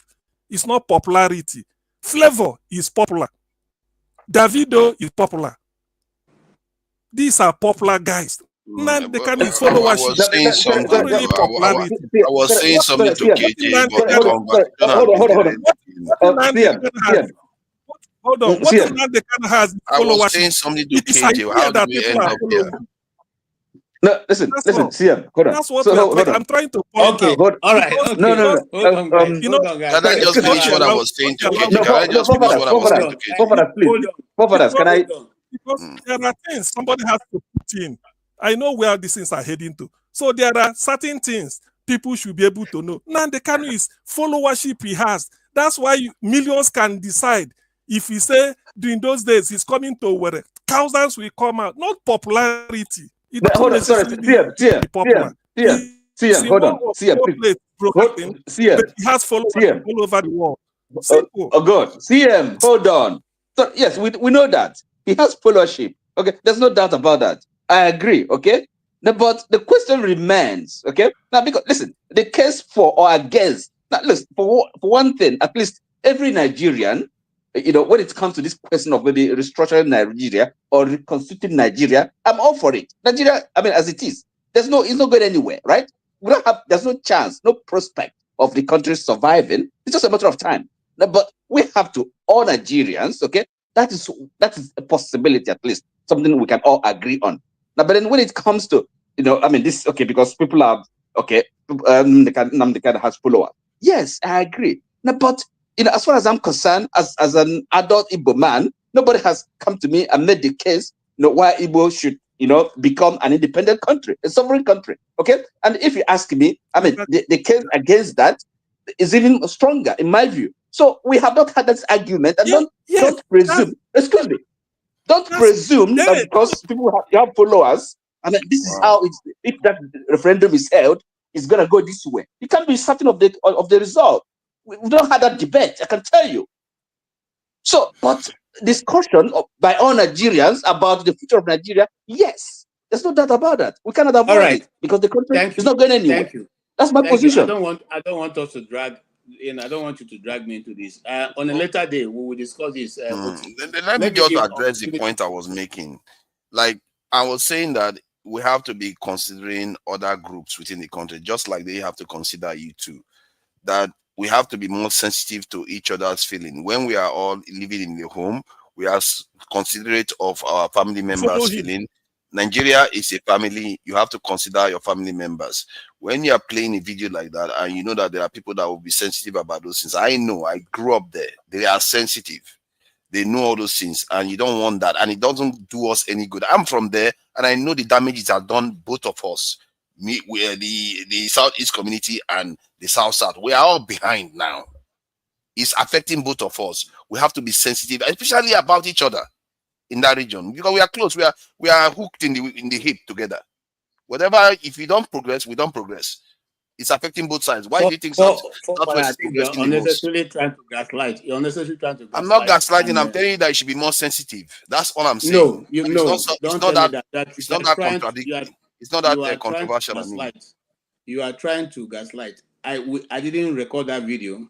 The person who recorded it from that area, the people who are helping her get up are from that area. The people who are playing the music are from that area. How is it now we are now trying to put it on? I'm saying that it shouldn't be playing it on a panel where they are discussing mostly Igbo issues. It makes people that are watching it, it gives them the wrong impression. No, I'm not saying you mean it. I'm not saying you mean it that way. You see, that's your problem. You are not seeing from the other side. I'm giving you. No, it is you who is not seeing what it is. It is you who is not seeing what it is. You are refusing to see. Listen, forefather, and I said this again, and I will say it again. We have come away from that point where you just say anything about Igbos and we'll keep quiet and take it. In other words, it is time for you people also now. No, it's everybody doing it now. I gave you a chance to say the right thing, but it shows that you are deliberately doing it. You are not listening to me. You see, you can read meaning to whatever. It's your opinion. You can read meaning to it. You are doubling down. I have played all kinds of different traditional music here. Nobody has come to tell me anything. You are doubling down. All you have just said I didn't mean it. Dancing well or not. Forefather, you cannot gaslight me. I've grown beyond that point. You are doubling down. All right, let's move on. We have Mr. Igbo Basics. Can we hear from you, sir?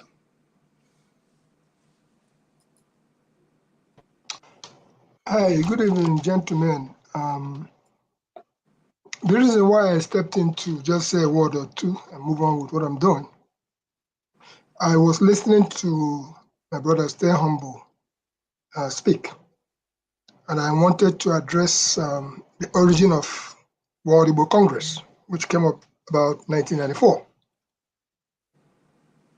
and the metamorphosis of it up to date. At a point in time when General Sani Abacha was the head of state of Nigerian government, if you all recall, if you talk, you'll be missing. People were being thrown into some crocodile island somewhere in Lagos. I mean, you couldn't talk. At that point in time, listen, from when the war ended, we were very much in a better shape. Everybody in Nigeria, let me put it that way. Forget about, so you come to the center with whatever you got. And then we grew on through the same process. Go on, say no victor, no vanquish. No, there's still victor, there's still vanquish, still going on. The reason being that World Igbo Congress came about at the height of Abacha. It was formed as an external defense force in a way, a voice that you cannot clamp down and rubbish. That's how World Igbo Congress was viewed at. At that point in time, at the formation of World Igbo Congress, I started up with World Igbo Congress about 1995. As at that point in time, if World Igbo Congress coughed, if World Igbo Congress sneezed, Abacha, as a strong man he was, and his government would quiver. Mark my word. Reason being very simple, it's a force that you don't know where it's coming from the United States, where it was formed, and you didn't know what was going to come at you. So that was a force called World Igbo Congress. At that point in time, it encompassed people from Cross River, people from Rivers. I mentioned Senator Ella earlier on. I mentioned quite a few persons. They were converging because when one person is suffering in the East, the rest of them will suffer. When I say East, I'm talking about Eastern Nigeria. It concerns all of us.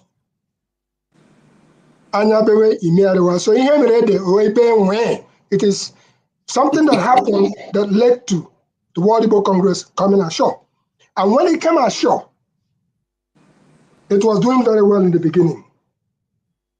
Then it comes down to election this, election that. I'll tell you what World Igbo Congress, where it is today. At the point in time when I joined up with World Igbo Congress, it was just a personal contribution to the posterity of Igbo. I started out with a small book called Igbo Basics for Beginners in America. That's what I started out with. It was a solo effort. That small book, and then I saw a greater need of Igbo learning helter-skelter here and there. Some not even speaking the Igbo language. I'm talking about here in America. It hit me in a bar called Odabro Bar in East Orange. When I was sitting down, I had asked my son, what would your sister be named when she is born? And he says, I know, Pinocchio. I'm sure some of you who watch cartoons know about Pinocchio. That single word, Pinocchio, was what woke myself up to say, no, my daughter is not going to be named Pinocchio when she's born. I sat down in a bar and started writing all Igbo names that I could remember.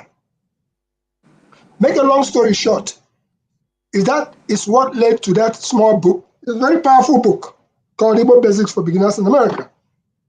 A lot of people have copied from there to do whatever they're doing. All the governors of the Southeast, all the senators, They know about a group called Igbo Basics. But we didn't stop there. What we now say, okay, let's do a newsletter. So we did a newsletter, which was monthly. And then after 4 quarters, we started doing a quarterly magazine. At some point, some people thought that Igbo Basics was a voice of, how do I call it, was an instrument of World Igbo Congress, that they were publishing it. No, but it was a solo effort.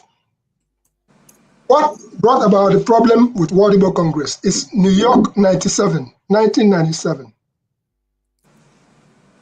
Dr. Nwachukwu Anekwenze, I mentioned that name earlier on, and the chairman had a way he addressed it.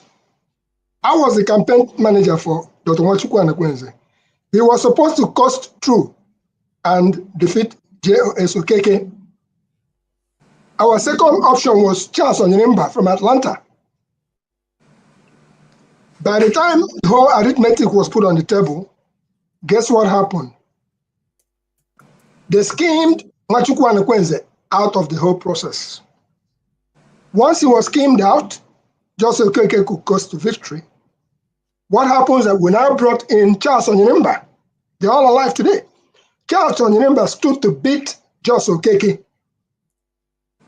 But listen to what happened. Charles Onyenimba is from Atlanta. Nonim Bezwe is also an Atlanta delegate.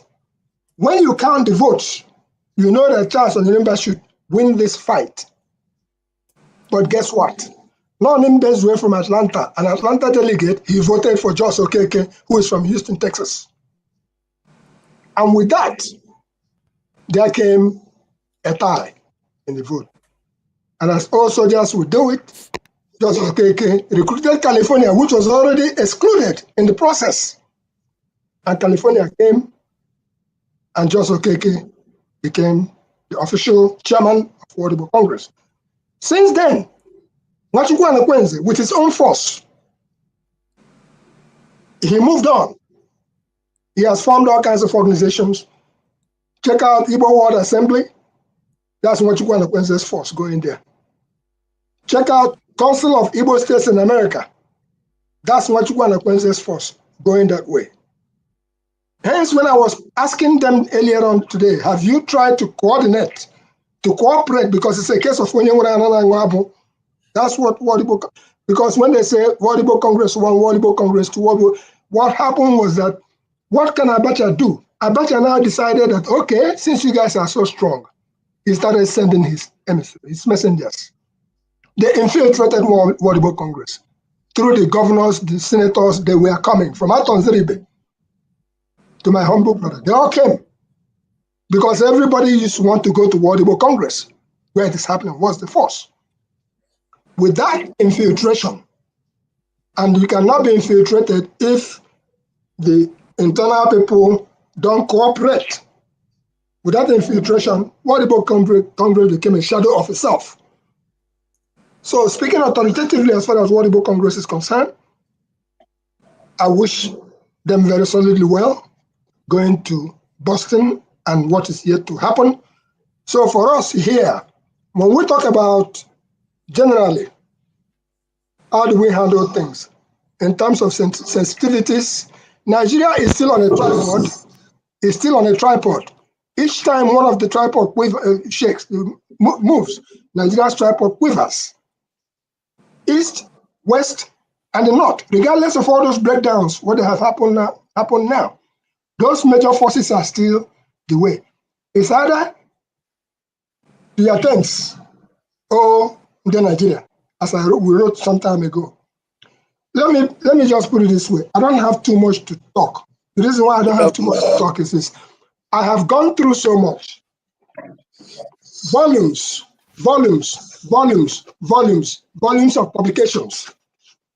And that will outlive us when we are dead. For whoever wishes can reach out to them. At the time we were doing things, there was no cell phones. We were publishing with film cameras. We were ubiquitous. We were everywhere, just about. Okay. And this is still coming. So my contribution to this whole process is this. Going forward, It doesn't matter where you are. Sometimes you are better off walking on the ground and doing everything that you want to do. But the Igbos can't help it. They want to make sure that they are seen wherever they are. Because of that, if for instance, they quietly do their things it boils down to how much money can you people push wherever you go.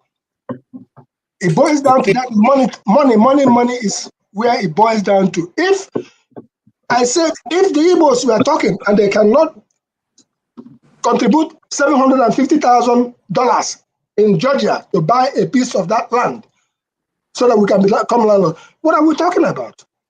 We should stop bragging on. Look, we have done wrong in a few ways. When you want to make a bishop, you go to Rome and they make you bishop. Not be so for Catholic Church. But Igbo people now, for America, you go there for one corner, somebody go say, Abiez and Igbo. Come on now. Get a clue. Go to Igbo land and be given an appropriate title. You become an ambassador, you go wherever you are and you represent. And I'm not saying that we shouldn't do what we're trying to do. The reason why it is so is this.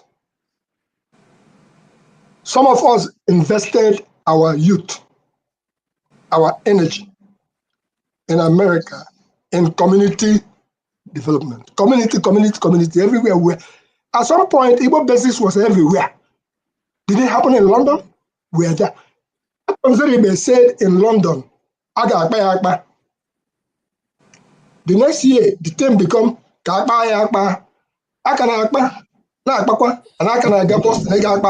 instead of bringing some solid result. Because I have been around some of those things. So I just wish to say to my brothers here, look at your, I cannot argue with you, forefather.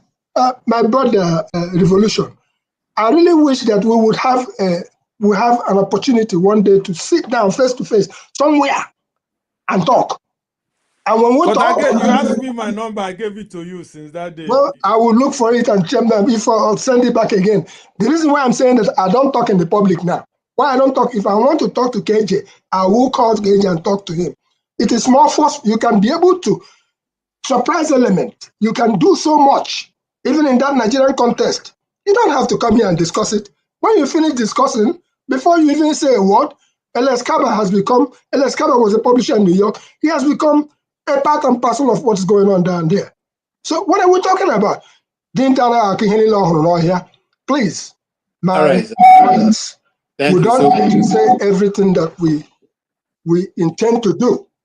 Thank you so much. So that we can be successful. Thank you, sir. Thank you so very much. I want to thank AY for real. That's the first cup of tea we're having today. And just like Rudolph said, sometimes the weight of the finances becomes a bit cumbersome for him. Yep. So we will appreciate any contributions that you can make if you are listening to me.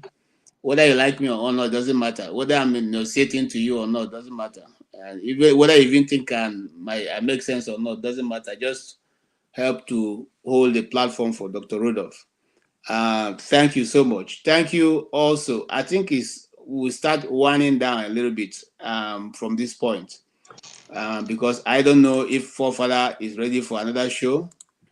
But if he is, then he will publish that before we conclude. If not, he's capable. KJ, you just talked about somebody just gave $4.99 or whatever.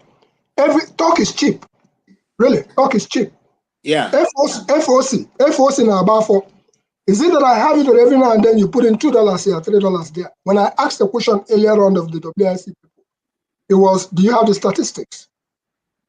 The other one started mumbling. The chairman came in to say we have about 2 million. If you have the basic trust, not before mouth, even if 50% or 25% of that amount quantity of people that you have, or even our viewers, even the people who go in the comment section and talk, if they can put up $2, $10, $5, even if it's 100 people or two, and we consistently Let us try the best we can, chip in here and there, so that Dr. Rudolph cannot suffocate. And forefathers will be able to keep staying awake wherever he is, bringing us lesson, cohesio to stay awake and do this. Thank you so much. Some people don't know that it's not actually easy to sit in and host. But you know, when you come, you're on the the keyboard, you are typing away and saying all kind of come and host. In fact, come and appear on the program and sit and talk, and let's put your contribution across. You can now beat your chest and say, yes, you are the same person that's typing there. But I tell you the truth, to think on your heel, on what do you call it now, on your legs, on your feet, it's not an easy thing. Talk more to think on your feet and continuously to contribute, manipulate the system that's before you and be able to take in questions. If you think you can do it, please, we have a space for you. Just let me know privately, or you can meet. You can send it to Forefather. He will let us know that we can create a platform for you where you can now come and display your skills and also your arguments, so we'll know how accurate it is. And when you are bombarded from every side, we'll know how you'll be able to defend it also. Sometimes let's enjoy what people are able to present and just, but if you have better option, please, we invite you. I haven't said that. Give me 2 minutes, make I tell you a good night, Please. All right, okay, yes, please go ahead. So we come to you. Please, I want to say something. Maybe there are people where they are waiting so I don't offend them because of the kind of person I am. I'm not somebody where they use dirty words. If you watch all my attacks, I will never use a dirty word to you, but I will make a point that might not, like Dave Bezos used to say, let's go underground. It's not something, but me, I'm not like that, because that is the problem of Nigeria. No talk am out, come make we go talk am for kitchen. When we come talk am for kitchen, after the thing go from kitchen, come out to parlor. You understand me? It's better make we talk am for parlor. If we go throw the blow, make we throw that blow there. Make everybody know who talk. Because the one that talk for kitchen, sometimes when he come out, they go say, no be you talk am, now that man talk am. It go come be problem. So for me, anybody will say I offend them one way or the other, or I they talk out of points when they say make we go left and they go right. If not that one, I take offense some of them, make them no worry. I make them just try to manage the kind of person I am. That's all I want to tell them. Because me, I don't see suffer for my life that I don't know how to talk anything for corner again. Because the one way we talk for corner, when you come for outside, they go come mix them up. That time you can't defend yourself again. Thank you, gentlemen. The Igbo Basis. I will visit you at igbobasis.com. Anything where you say, we go they say from that. See, go. Yeah, maybe the thing why they talk, like them, but me, I know be person where they offend person. It's just the way I talk because of the way Nigeria be. Catchy phone. Thank you so much. Thank you so much. Thank you, Revolution. And look, keep coming. We appreciate your contribution.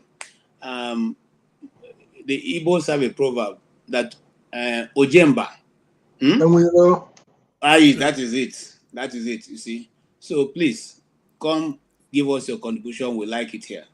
Thank you. I love the channel. I know they appear any other place. No only here they appear. So I will keep coming. Thank you. Thank you so much. Good night to Forefather. Well done. Thank you so much. All right, Mr. Oti, your final thoughts on these issues. I don't think, quite frankly, I don't think I have much I get to say. I've made my point. So unless you have any question for me. No, I don't have a question for you. So the thing is this, and okay, maybe I have one question for you, because there's a Forefather was trying to put the difference between political popularity and what the other one he called it, social. And social. And now I'm trying to say also, do you agree with that assertion he's making? Because Nnamdi Kanu is not a politician, and he doesn't even have the money to be able to divide to people. So if he's coming for a rally and the whole field is filled up, and a politician can say that Nnamdi Kanu is only one who can run in, who can be able to get people out without money. Do you think his popularity is a political popularity, or what? How will you? Because you two have been you are also between the borderline. You are saying this, and you're not really saying this, but you're saying that.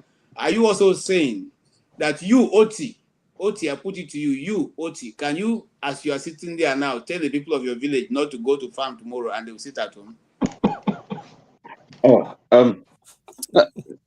KJ, well, KJ, right? I think It's a the simple first part of your question. question. Yes or no? Can you No, no, no, now, as you are sitting no, there no, now, let me answer now. You take your asked phone me. call Is it?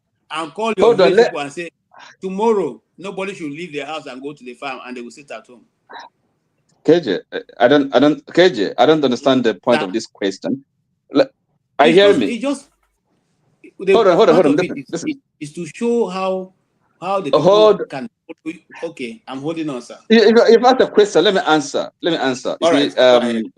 The first part of your question, and maybe trying to, maybe in the first part of the question, I take it, the one referring to Nnamdi Kanu. Yes. Well, invariably, he's in the field of politics. Okay, so his popularity can't just be anything other than political. He's a political operator. He has a leadership. Unsurpassed leadership qualities, followership, and charisma. So there's no doubt about that. I don't know anybody should be quarreling with that. But then directing the question to me whether I can command any. Why did I present myself as a kind of a leader or a political actor or anything? So your question is pointless. I don't have to ask my people to do anything. Is it enough for me managing my life, commanding my having self-command? So that's quite enough for me. I've not in terms of leadership, I lead in the areas I think I have the competence or the skills. So we all every person doesn't have to be a political leader, okay? But in terms of leadership, we can lead in different ways. I for one, I think giving moral leadership is the most important one. Leadership by example. You lead by the way you conduct your life, the way you do things. So that's my answer to that. So I'm not really competing with anybody, and then maybe I trying to say I cannot do what Nnamdi Kanu does. That question has never arisen, and why should I really bother to address it? Are you with me? I think I've answered your question. So he's nobody should begrudge his abilities. Okay, but the fact remains, I don't have to agree with him, right? And people that follow him, well and good. That's up to them. Are you with me? So we can have a serious argument about any issues, any point. This concern our lives, and it can't just because you have people, you have a followership, and then that is you have the right answers, and people shouldn't ask questions. Okay, no, where does that happen? So that's my position. I think it's quite a simple one. Okay, we have to interrogate everything. It's not, we shouldn't just allow ourselves to be bamboozled. Thank you so much. I appreciate what you've said, and I'll take it at that, because it's obvious that he didn't follow most of his activity, but it's okay. That's your view. All right. Yes, Mr. CM, are you making your final submission too? That's in case you can come okay, in. yeah. After you make your submission. Okay, let me put it this way. That's what they call in those days when we are in school. When they state a question, you feel you do not know the answer or you don't want to answer it, you set another one and start answering that one in the hope that it will be in lieu of the other one. You have to be clever to know that this is not the question. You see, Nnamdi Kanu, because I listened to him, do you know what he keeps saying? He said, organize a referendum. The moment the majority say no, there and then Biafra agitation stops by me. On so many occasions, because people were criticizing him heavily, people will phone and they criticize him. He said, anybody who want to take over from me, please, if you want, you don't need to tell me, just announce on air that Nnamdi Kanu want to take over from you. I will stop. All we want is get us Biafra. So in other words, the guy is as clean as he should be. He can't be bought with money. But people will ignore some of these fundamentals and then be happy on the fact it's not by force. Now they can't say there must be referendum. They never agree that everybody agreed with him. He said even in his Omwahia Farauku, there will be referendum. He said possibly in his father's compound, there must be referendum. People must say their voice, say what they want. Kadaria Ahmed, who is Kadaria Ahmed. Can I ask a question? I mean, I hope, are you trying to, what you're saying, is it any different from what my position? I mean, are you trying to kind of draw a contrast between your position and mine? I just want to know. No, I'm only trying to sort of say, I'm only trying to put sort of what is it? What am I trying? I'm only trying to sort of streamline or put across the views of the kind of for the public to know, so that whoever is approaching it is the referendum, that process, that's where we're going to have the argument, is it not? Either for or against. So in other words, the case has actually never been made. Yeah. So, and that's my position. So, yeah, we have a referendum and then people will decide based on reasoned arguments, is it not? What Nandekan is asking for is always a referendum. He said it. I remember Kadari Ahmed coming all the way from Abuja to Umuahia to ask him. He said, but this thing, the way you suffer, you feel Igbo suffer, is the way other people are suffering in Nigeria. He said, which ethnic group is not suffering? And because of this Biafra, we've lost a lot of people through war. Now they kind of replied him. It's on the internet. He replied her. He said, look, it will be foolhardy to go to war again. He said it will be stupid. He said they are not going to any war. That all they will be doing is maybe what is it called? Protest. Sort of this peaceful protest. Until they press on that demand, they will have opportunity of a referendum. That's one. Then he said on this issue of people are suffering, he said he agreed. Hold on, please. Let me not lose my train of thought. He said he agreed that Nigerians are suffering everywhere. Then Kader Ahmed said, that's what we are saying. Can't we stay together and solve it? Now they kind of said no.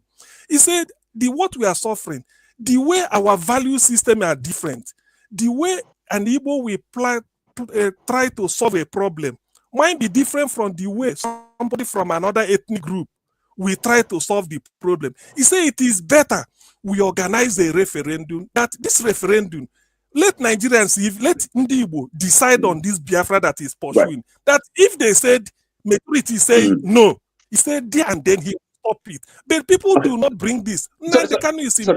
It's hold. No, not because he's forcing his view on people, but he's saying, all I want is either you give me a referendum or then the agitation continues. There's something one more question. We've been having referendum in Nigeria. We are rounding up now. You made your comment. No. Sorry, one more question before, so that he can round off. One more question. Just one more question so that CM can round off. CM, who is the right person to ask for a referendum? Who is the right person to ask for referendum for a people? Who is the right person? Proper person to ask for a referendum. Yes. For the people. Do you think it's a silly question or is it a given? Listen. Hold on. Now listen to my answer.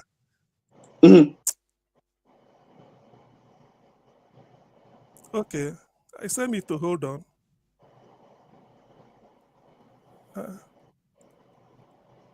Listen, guys. Hold on. There's no need for us going back and forth. There's no need for that. Anybody? No, just for him to round off the submission. For me, it's a question. I think it's a valid question. Hold on, I will answer your question. Anybody, it's just like going to a court to ask for something. Anybody can sue for what concerns your civil rights.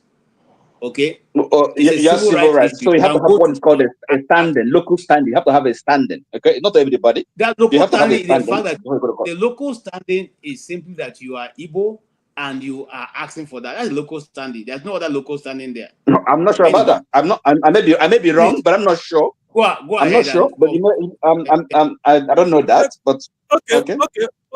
Oti, to answer your question. If I'm asking for something, and you feel the government feel that I'm not asking it through the right way, they ignore me, or they tell me what to do. Holding in Nandi Kanu does not mean you are correcting him. What you want me to say is that he should go and ask a member of his parliament to go and present a bill for referendum. Listen. It's an honest question. No. Okay.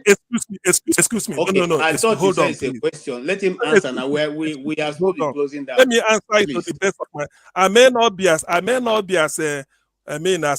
clever as you are, but please just bear with me, tolerate me. What the government should do, holding in Nnamdi Kanu is not the thing. What you say is that if you need a referendum, this is the procedure. They're letting Nnamdi Kanu not follow it. Then for you now to go and they arrest him, and he's asking you for a referendum. What you do? No, but it's a different question. It's arrest is a different conversation. It's arresting him. Nobody's talking about arrest that. Because when you are arresting him, the way you arrested him is even kidnapping before you even broke international law. So there's no basis. Of course, you know that. Sorry, CM, that's a different question entirely. It's a different discussion entirely. Hold on. It's not different because you want him to go through your maybe members of parliament to present a bill for referendum. And make your conclusion. Go ahead and make your conclusion, please. Okay. Let me leave this issue. Because I know it will attract this thing. Now, what I want to say is this regarding this Igbophobia. Do you know? Let me just put it across because some people may know and they may feel they do not know. There is a resurgent Igbophobia in Nigeria now. Not really because Obi want to be president. No. The cause of the resurgent Igbophobia is because there are people 20, 30 years ago, if you call them Igbo, they will deny. But today, they've taken it upon themselves to come and confess and say, look, we are Igbo. They are taking it upon themselves. So people are not happy. That is to say, somebody from Iseluku, somebody from Umunede, if you call the person Igbo 30 years ago by the year 1999 or 20 something years ago, he will deny, he will say, please stop, I'm not Igbo. But today, they've woken up. So that awareness is now causing sort of, discomfort in some places. Before, you dare not call somebody from Isiopo in River State, Igbo. He will deny, say, no, I'm not Igbo. I'm Ikwere. But ever since Senator Mbata became Ohaneze chairman, there is now what they call in River State, IIC, Indigenous Igbo Council, uniting all the Igbo-speaking people in River State. So some people are not happy about it. People are no longer saying that Igbo land is landlocked because Opobo is Igbo. So all these things is what is going, the other current, going everywhere. People may think we don't know. We know. It's not because of Peter Obi being president, gunning for presidency. It's because of the fact that even in Benue State, they are now presenting a case that the 4 local government bordering them, they want to come back to Enugu and the Ebonyi State. So they were uniting by their own. Right. It's no longer somebody from Anambra, Enugu. You are Igbo. The people of Anioma, led by Senator Ned Nwoko, is now championing it. They've held a public hearing in Calabar, in Akwa Ibom, somewhere, and they held in Enugu. And people are even coming out to confess that they were told to deny their Igbo-ness because of after the Civil War, so that I can get something from Nigeria. But now they've been lied to, and they're apologizing. They are not saying they are even more Igbo than we from the other side. So this is what is causing the Igbophobia, because people feel that a time will never come when the Igbo will come. And imagine somebody who said it's not Igbo coming now to come and tell you, look, I'm even more Igbo than you. So what else? And this is what has been dividing Igbo before. So no more calling us, say we are landlocked. The issue has done. That is what is causing Igbophobia, but people are not admitting it. Thank you. All right. Thank you so much. Igbo basics. All right. I'm going to round up my submission from a different perspective. I understand Nigeria went on to borrow, US was approved selling to Nigeria, I think $340-something million worth of ammunition, or whatever it is that they're selling. equipment for war and stuff like that.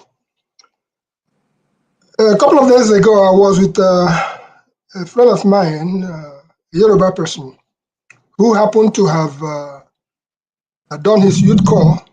No, not his youth corps. He served in eastern Nigeria, Aba, Cross River, the rest of it, Enugu. He lived in that area.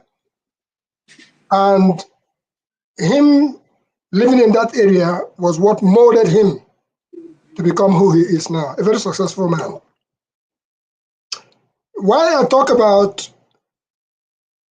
Nigeria or US selling ammunition or so, or anybody else selling ammunition to Nigeria, I just try to present again the case of Onye ji mmadụ n'ala ji onwe ya. And that is the case of Nigeria itself. Nigeria is holding itself on the ground. Nigeria should have the ability to be able to manufacture the things that can even wipe whoever you think about.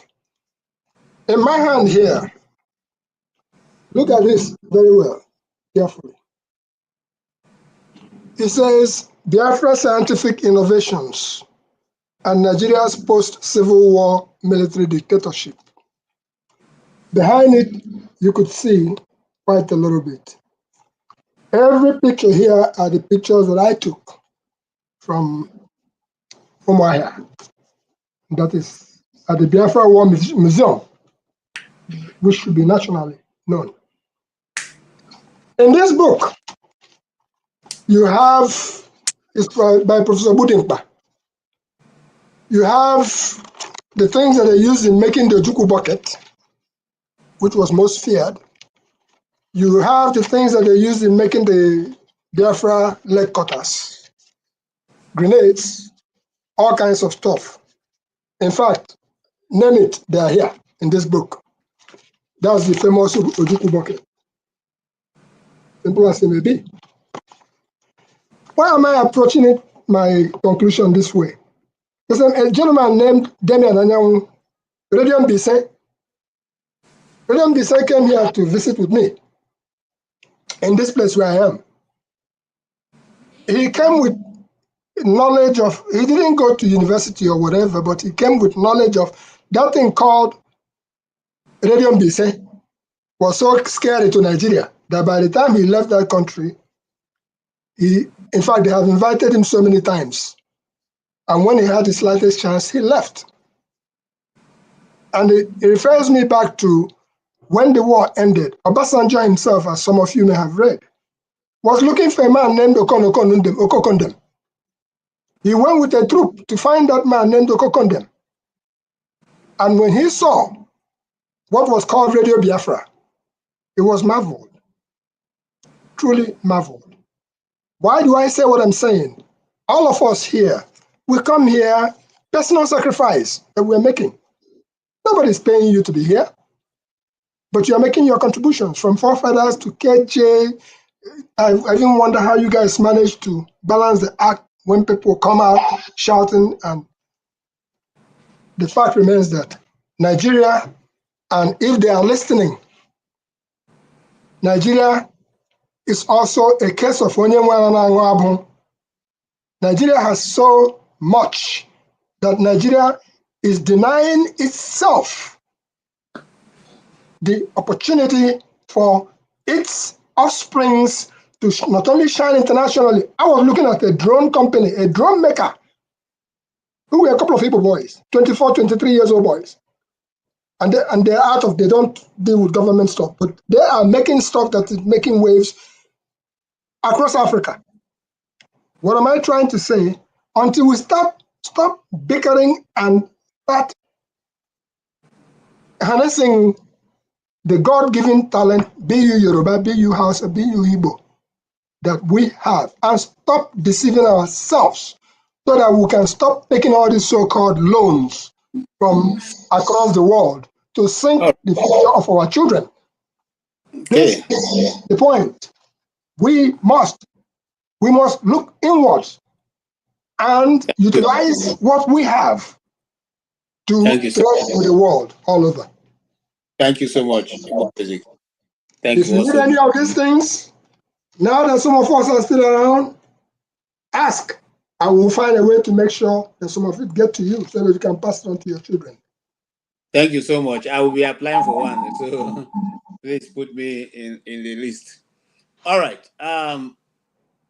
AY, you've said nothing so far, and you're also coming very late, but I will give you an additional 2 minutes. So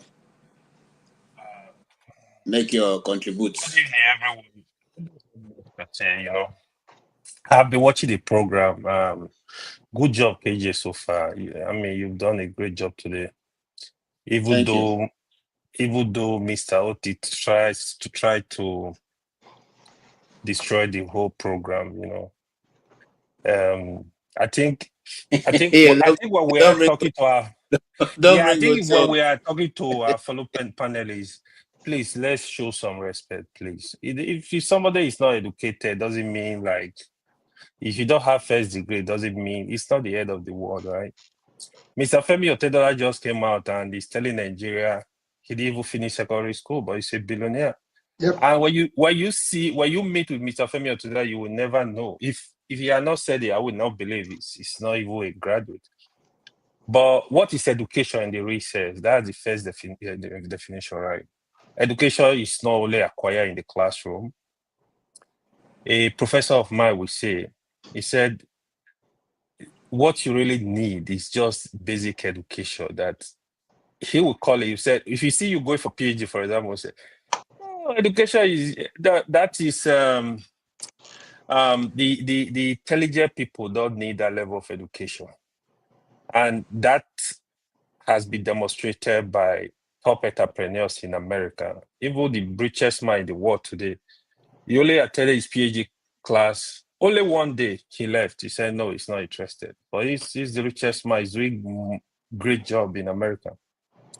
But however, some of us were just privileged, right? So I think we need to not go the route where we use our language to. It's very demeaning when we speak in that manner. But I know Mr. Oti today was a bad day for you.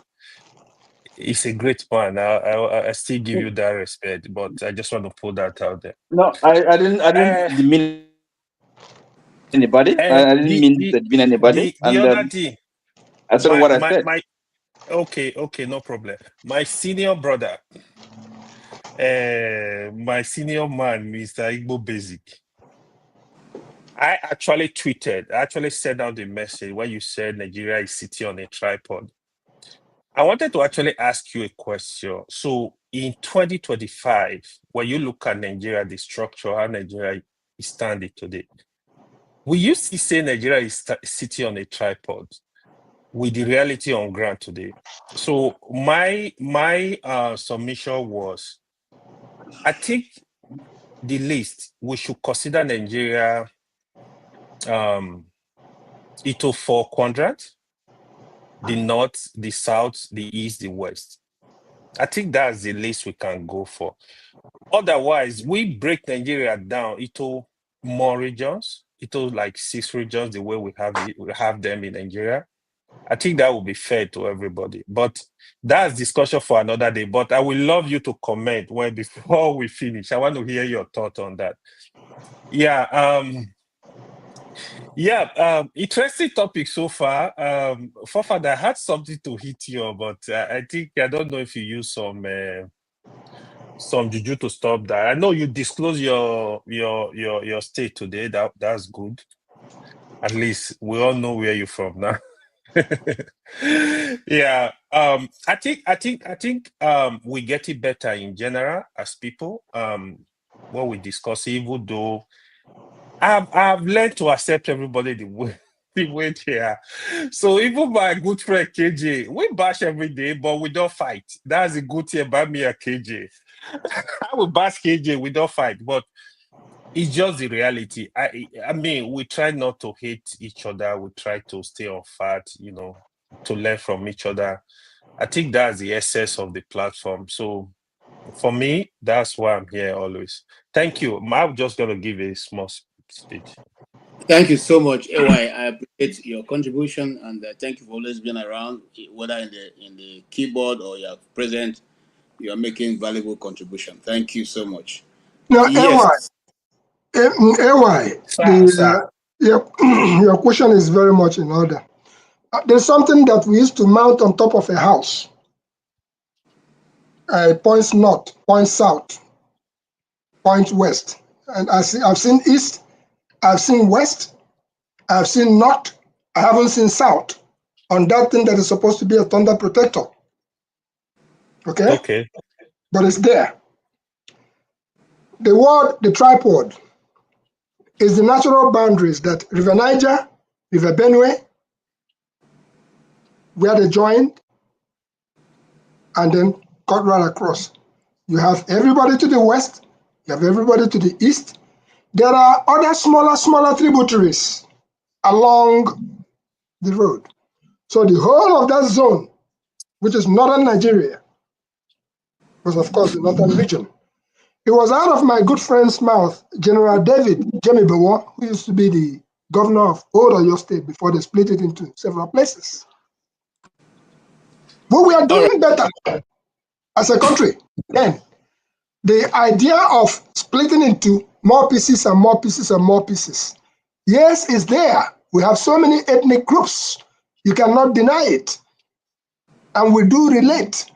So my point is still that if you take them in block, Eastern Nigeria, as they were in those days, can always find a way to manage themselves. Some people will claim oppressed, others will not.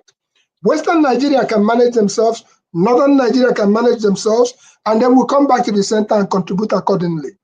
It does not mean that anybody is being left out among all those others. That's the Nigerian tripod we talk about.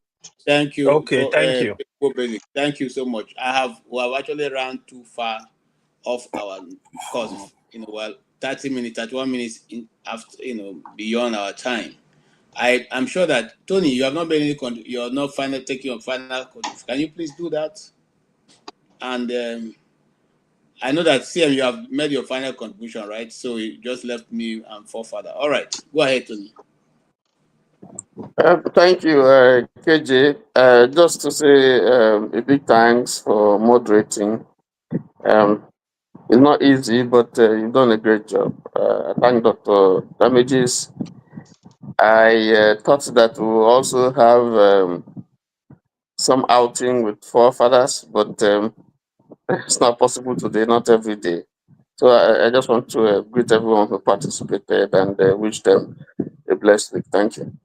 Thank you so much. You always make your listing very short and simple. Forefather may eventually be able to. Forefather is a tiger. He doesn't sleep. So I will not be surprised if he can wake up before this. I literally fell just asleep yesterday on the show. Yes, I don't sleep. Hang on. Forefather is able to do. Just hang on. If this program ends in the next 5-10 minutes, if you don't see a new link, they know that Forefather has gone to sleep. If not, I think he is able to handle it. All right, Forefather, go ahead. Thank you. Yeah, I literally fell asleep on the show yesterday, so I do sleep. The geopolitical arrangement, it's often political, isn't it? You've heard of the Middle East before, and they have what they call Middle East in the world. So it's generally political. It's not about 7 cardinal points or even the 3 tributaries of the rivers in Nigeria. So, and I think you see, Nigerians, our previous leaders, they had a lot of failings, but on this one they tried.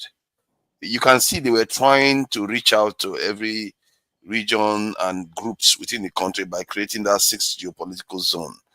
And the fact that they created so many states even is also trying to reach every single point, because Nigeria is quite complicated.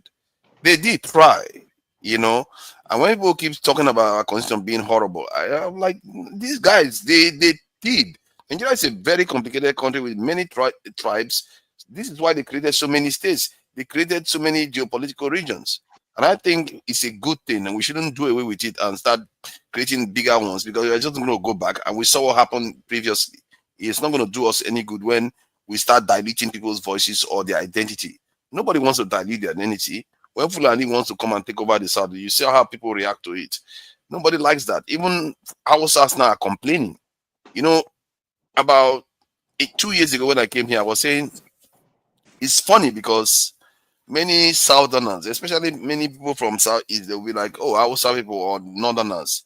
Like, the Hausa people, they've now ruled the country. You have the same problem that they have. Do you know that yesterday I saw a video of Hausas complaining? Hausa people complaining that they are not Fulanis, that they are marginalized. You will not, you can't even make it up.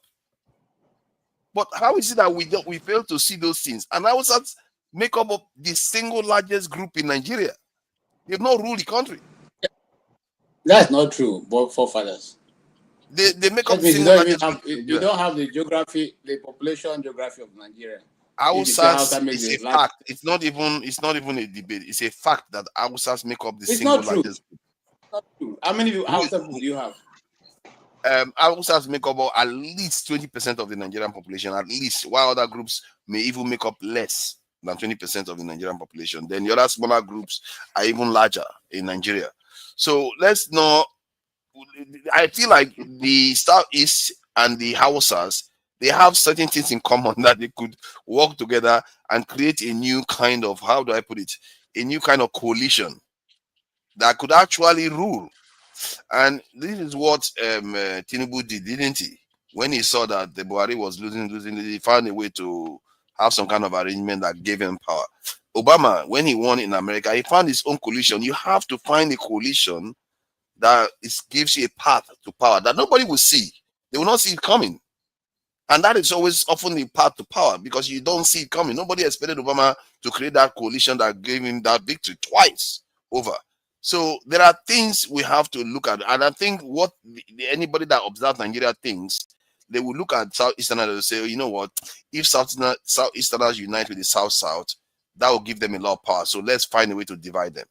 They often use that strategy. But the one they will not see coming is if Southeasterners work with Hausas, they will never see that one coming. It's just will fly through over their head. And so when I was watching those videos yesterday, I was quite surprised to see how Hausas were saying they were not Fulanis. Their Fulanis are killing them in Zamfara, Sokoto, different places. They were complaining, like the way you are complaining in South. So let's try to understand Nigeria a little bit more and try to be our brothers keepers by just doing that alone. I actually believe that the dividends you get from that is quite massive because you start seeing solutions to problems that before, because of division, you don't see it anymore. So I guess I'll just stop there before I start giving another lecture. All right. Thank you so very much. I guess that's it for everybody. Everyone have been able to give their final thoughts. I'd like to thank all of you for being here. We have actually shot over our time by 37 minutes. So I want to start by thanking all those who have been on the keyboard and who have been contributing immensely by their comments, jokes, yabs, whatever it was that you did today. It was quite appreciated. God bless you. And we are living in without malice. So come again next Saturday when we'll be here, and Sunday to also bring your valuable contribution. No matter what it is your view, and we appreciate it. I want to thank AY for real, and then Kulata also. You guys were able to help us carry the burden that Rudolph will be carrying next week for paying for this channel. So far, he is the one handling it all by himself. So if we can contribute, it will help to make it even much more easier for him to handle. Appreciate you, forefathers, for your time and your treasure. Some of you don't understand that the only thing, one of the most valuable things in this world is your presence, to share with somebody. You can equally would have been with somebody, your family member, your family, your children, but you spend 3 hours, sometimes more than that, on a given Saturday to be here. So we appreciate it. Thank you so much. Thank you, Mr. Igbo Basics, Thank you for all the history that you bring to bear.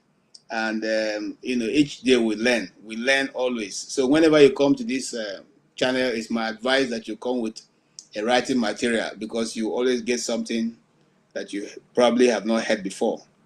Thank you, CM, who is also a good researcher. And so sometimes when CM is talking, he's talking from a very high point of knowing, I haven't consulted a lot of books.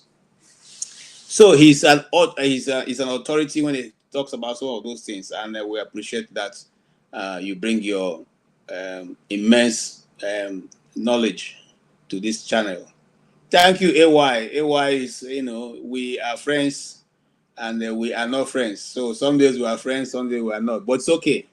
I really appreciate that. I don't hold no grudges. I take no prisoners. So nobody, we are all here to learn. Where we make mistake, we should accept it. And then where we are not right, let's learn from the person who is giving us the right information. Mr. Oti, I like that guy, Mr. Oti has a way, even though the whole Nigerian may decide to refuse his idea, it is his own. And he has a way of holding to it. And that's good thing about this life. Always being able to hold your own makes you, really stand out in the crowd. So we thank you so much for your contribution. And please do come again next Saturday when we shall be opening, and bring your valuable contribution. Thank you. Thank you also, Mr. Tony. Tony is just one cool guy. So I really appreciate your coming and also bringing your wealth of experience to us. Well, thank you so much. And we look forward to seeing you next Saturday. Blessing, AY, Quinty A, Aboki, AY, Center, Chico. Thank you so much, all of you who contributed. We really appreciate you. Blessed. Thank you also, Damian A. Thank you so much. And what's his name? Stay humble. I know you have signed up, but thank you. We thank Kulata. Kulata, you're always valuable in our, either you are on or off, wherever you are, we appreciate you. My very dear Uncle Pansa. Thank you. I still remember I have an Igbo hat, not a Fulani hat. So, but if you decide to make the Fulani hat, okay, whichever one, I just appreciate your contributions. And every one person, too numerous to call. All of you who have sat through all our debates and arguments and all that, we appreciate every single one of you. Whether I call your name or not, we appreciate you guys. God bless you all. And I will also say, for the music we'll play, just in case you're from the part of the country that forefather was talking about, I mean no harm. I'm a theater artist, so I've seen most of those dances. I can dance them.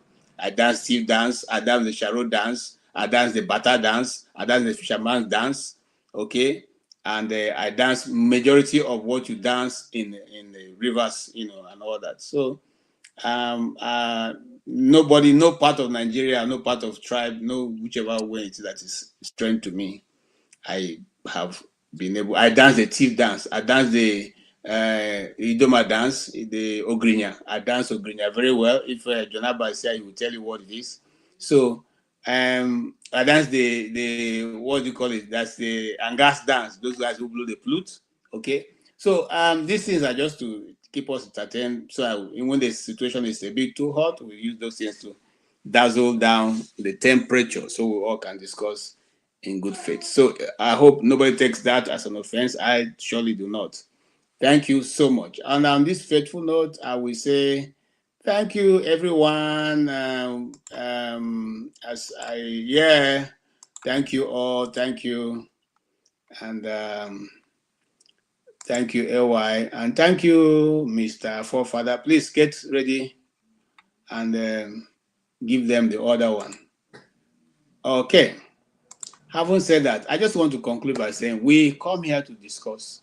We come here to look for ways of making Nigeria work. We are also not one of those people who promote violence. We are simply saying that Nigeria should be able to work. How does it work? Let us look at the rules of law. Let us understand that what is good for the geese is also good for the gander. Let us understand that righteousness exalts a nation. That's the only way we can move forward as a nation. If we continue to think we can do Bangolo and here and there and then get a nation, it's not going to work. Every nation that have stood the test of time are those people who, as much as possible, lean towards the rule of law. We will not be an exception. We are too big to fail. But however, if we come to a point where a particular set of people have been seen to be the ones who demonize and destroy the name of the nation, I think we should find a way and ask those people to just excuse us so that we can continue to be the nation of our dreams. As somebody from Nigeria, as at now, my desire is to see that Nigeria moves forward. My desire is to see that every part of Nigeria moves forward. My desire is to see that the government of Nigeria is doing well. If we cannot get that act together, nobody is going to do it for us. Not those from the international community, and not those obviously from the opposite, world. Nigerians will develop Nigeria by themselves. On that faithful note, I say thank you so much on behalf of Dr. Damages. I say thank you, and thank you. But I will not be doing well if I leave you guys without leaving you with my uncle. Thanking you people also. Let's hear from my uncle before we close.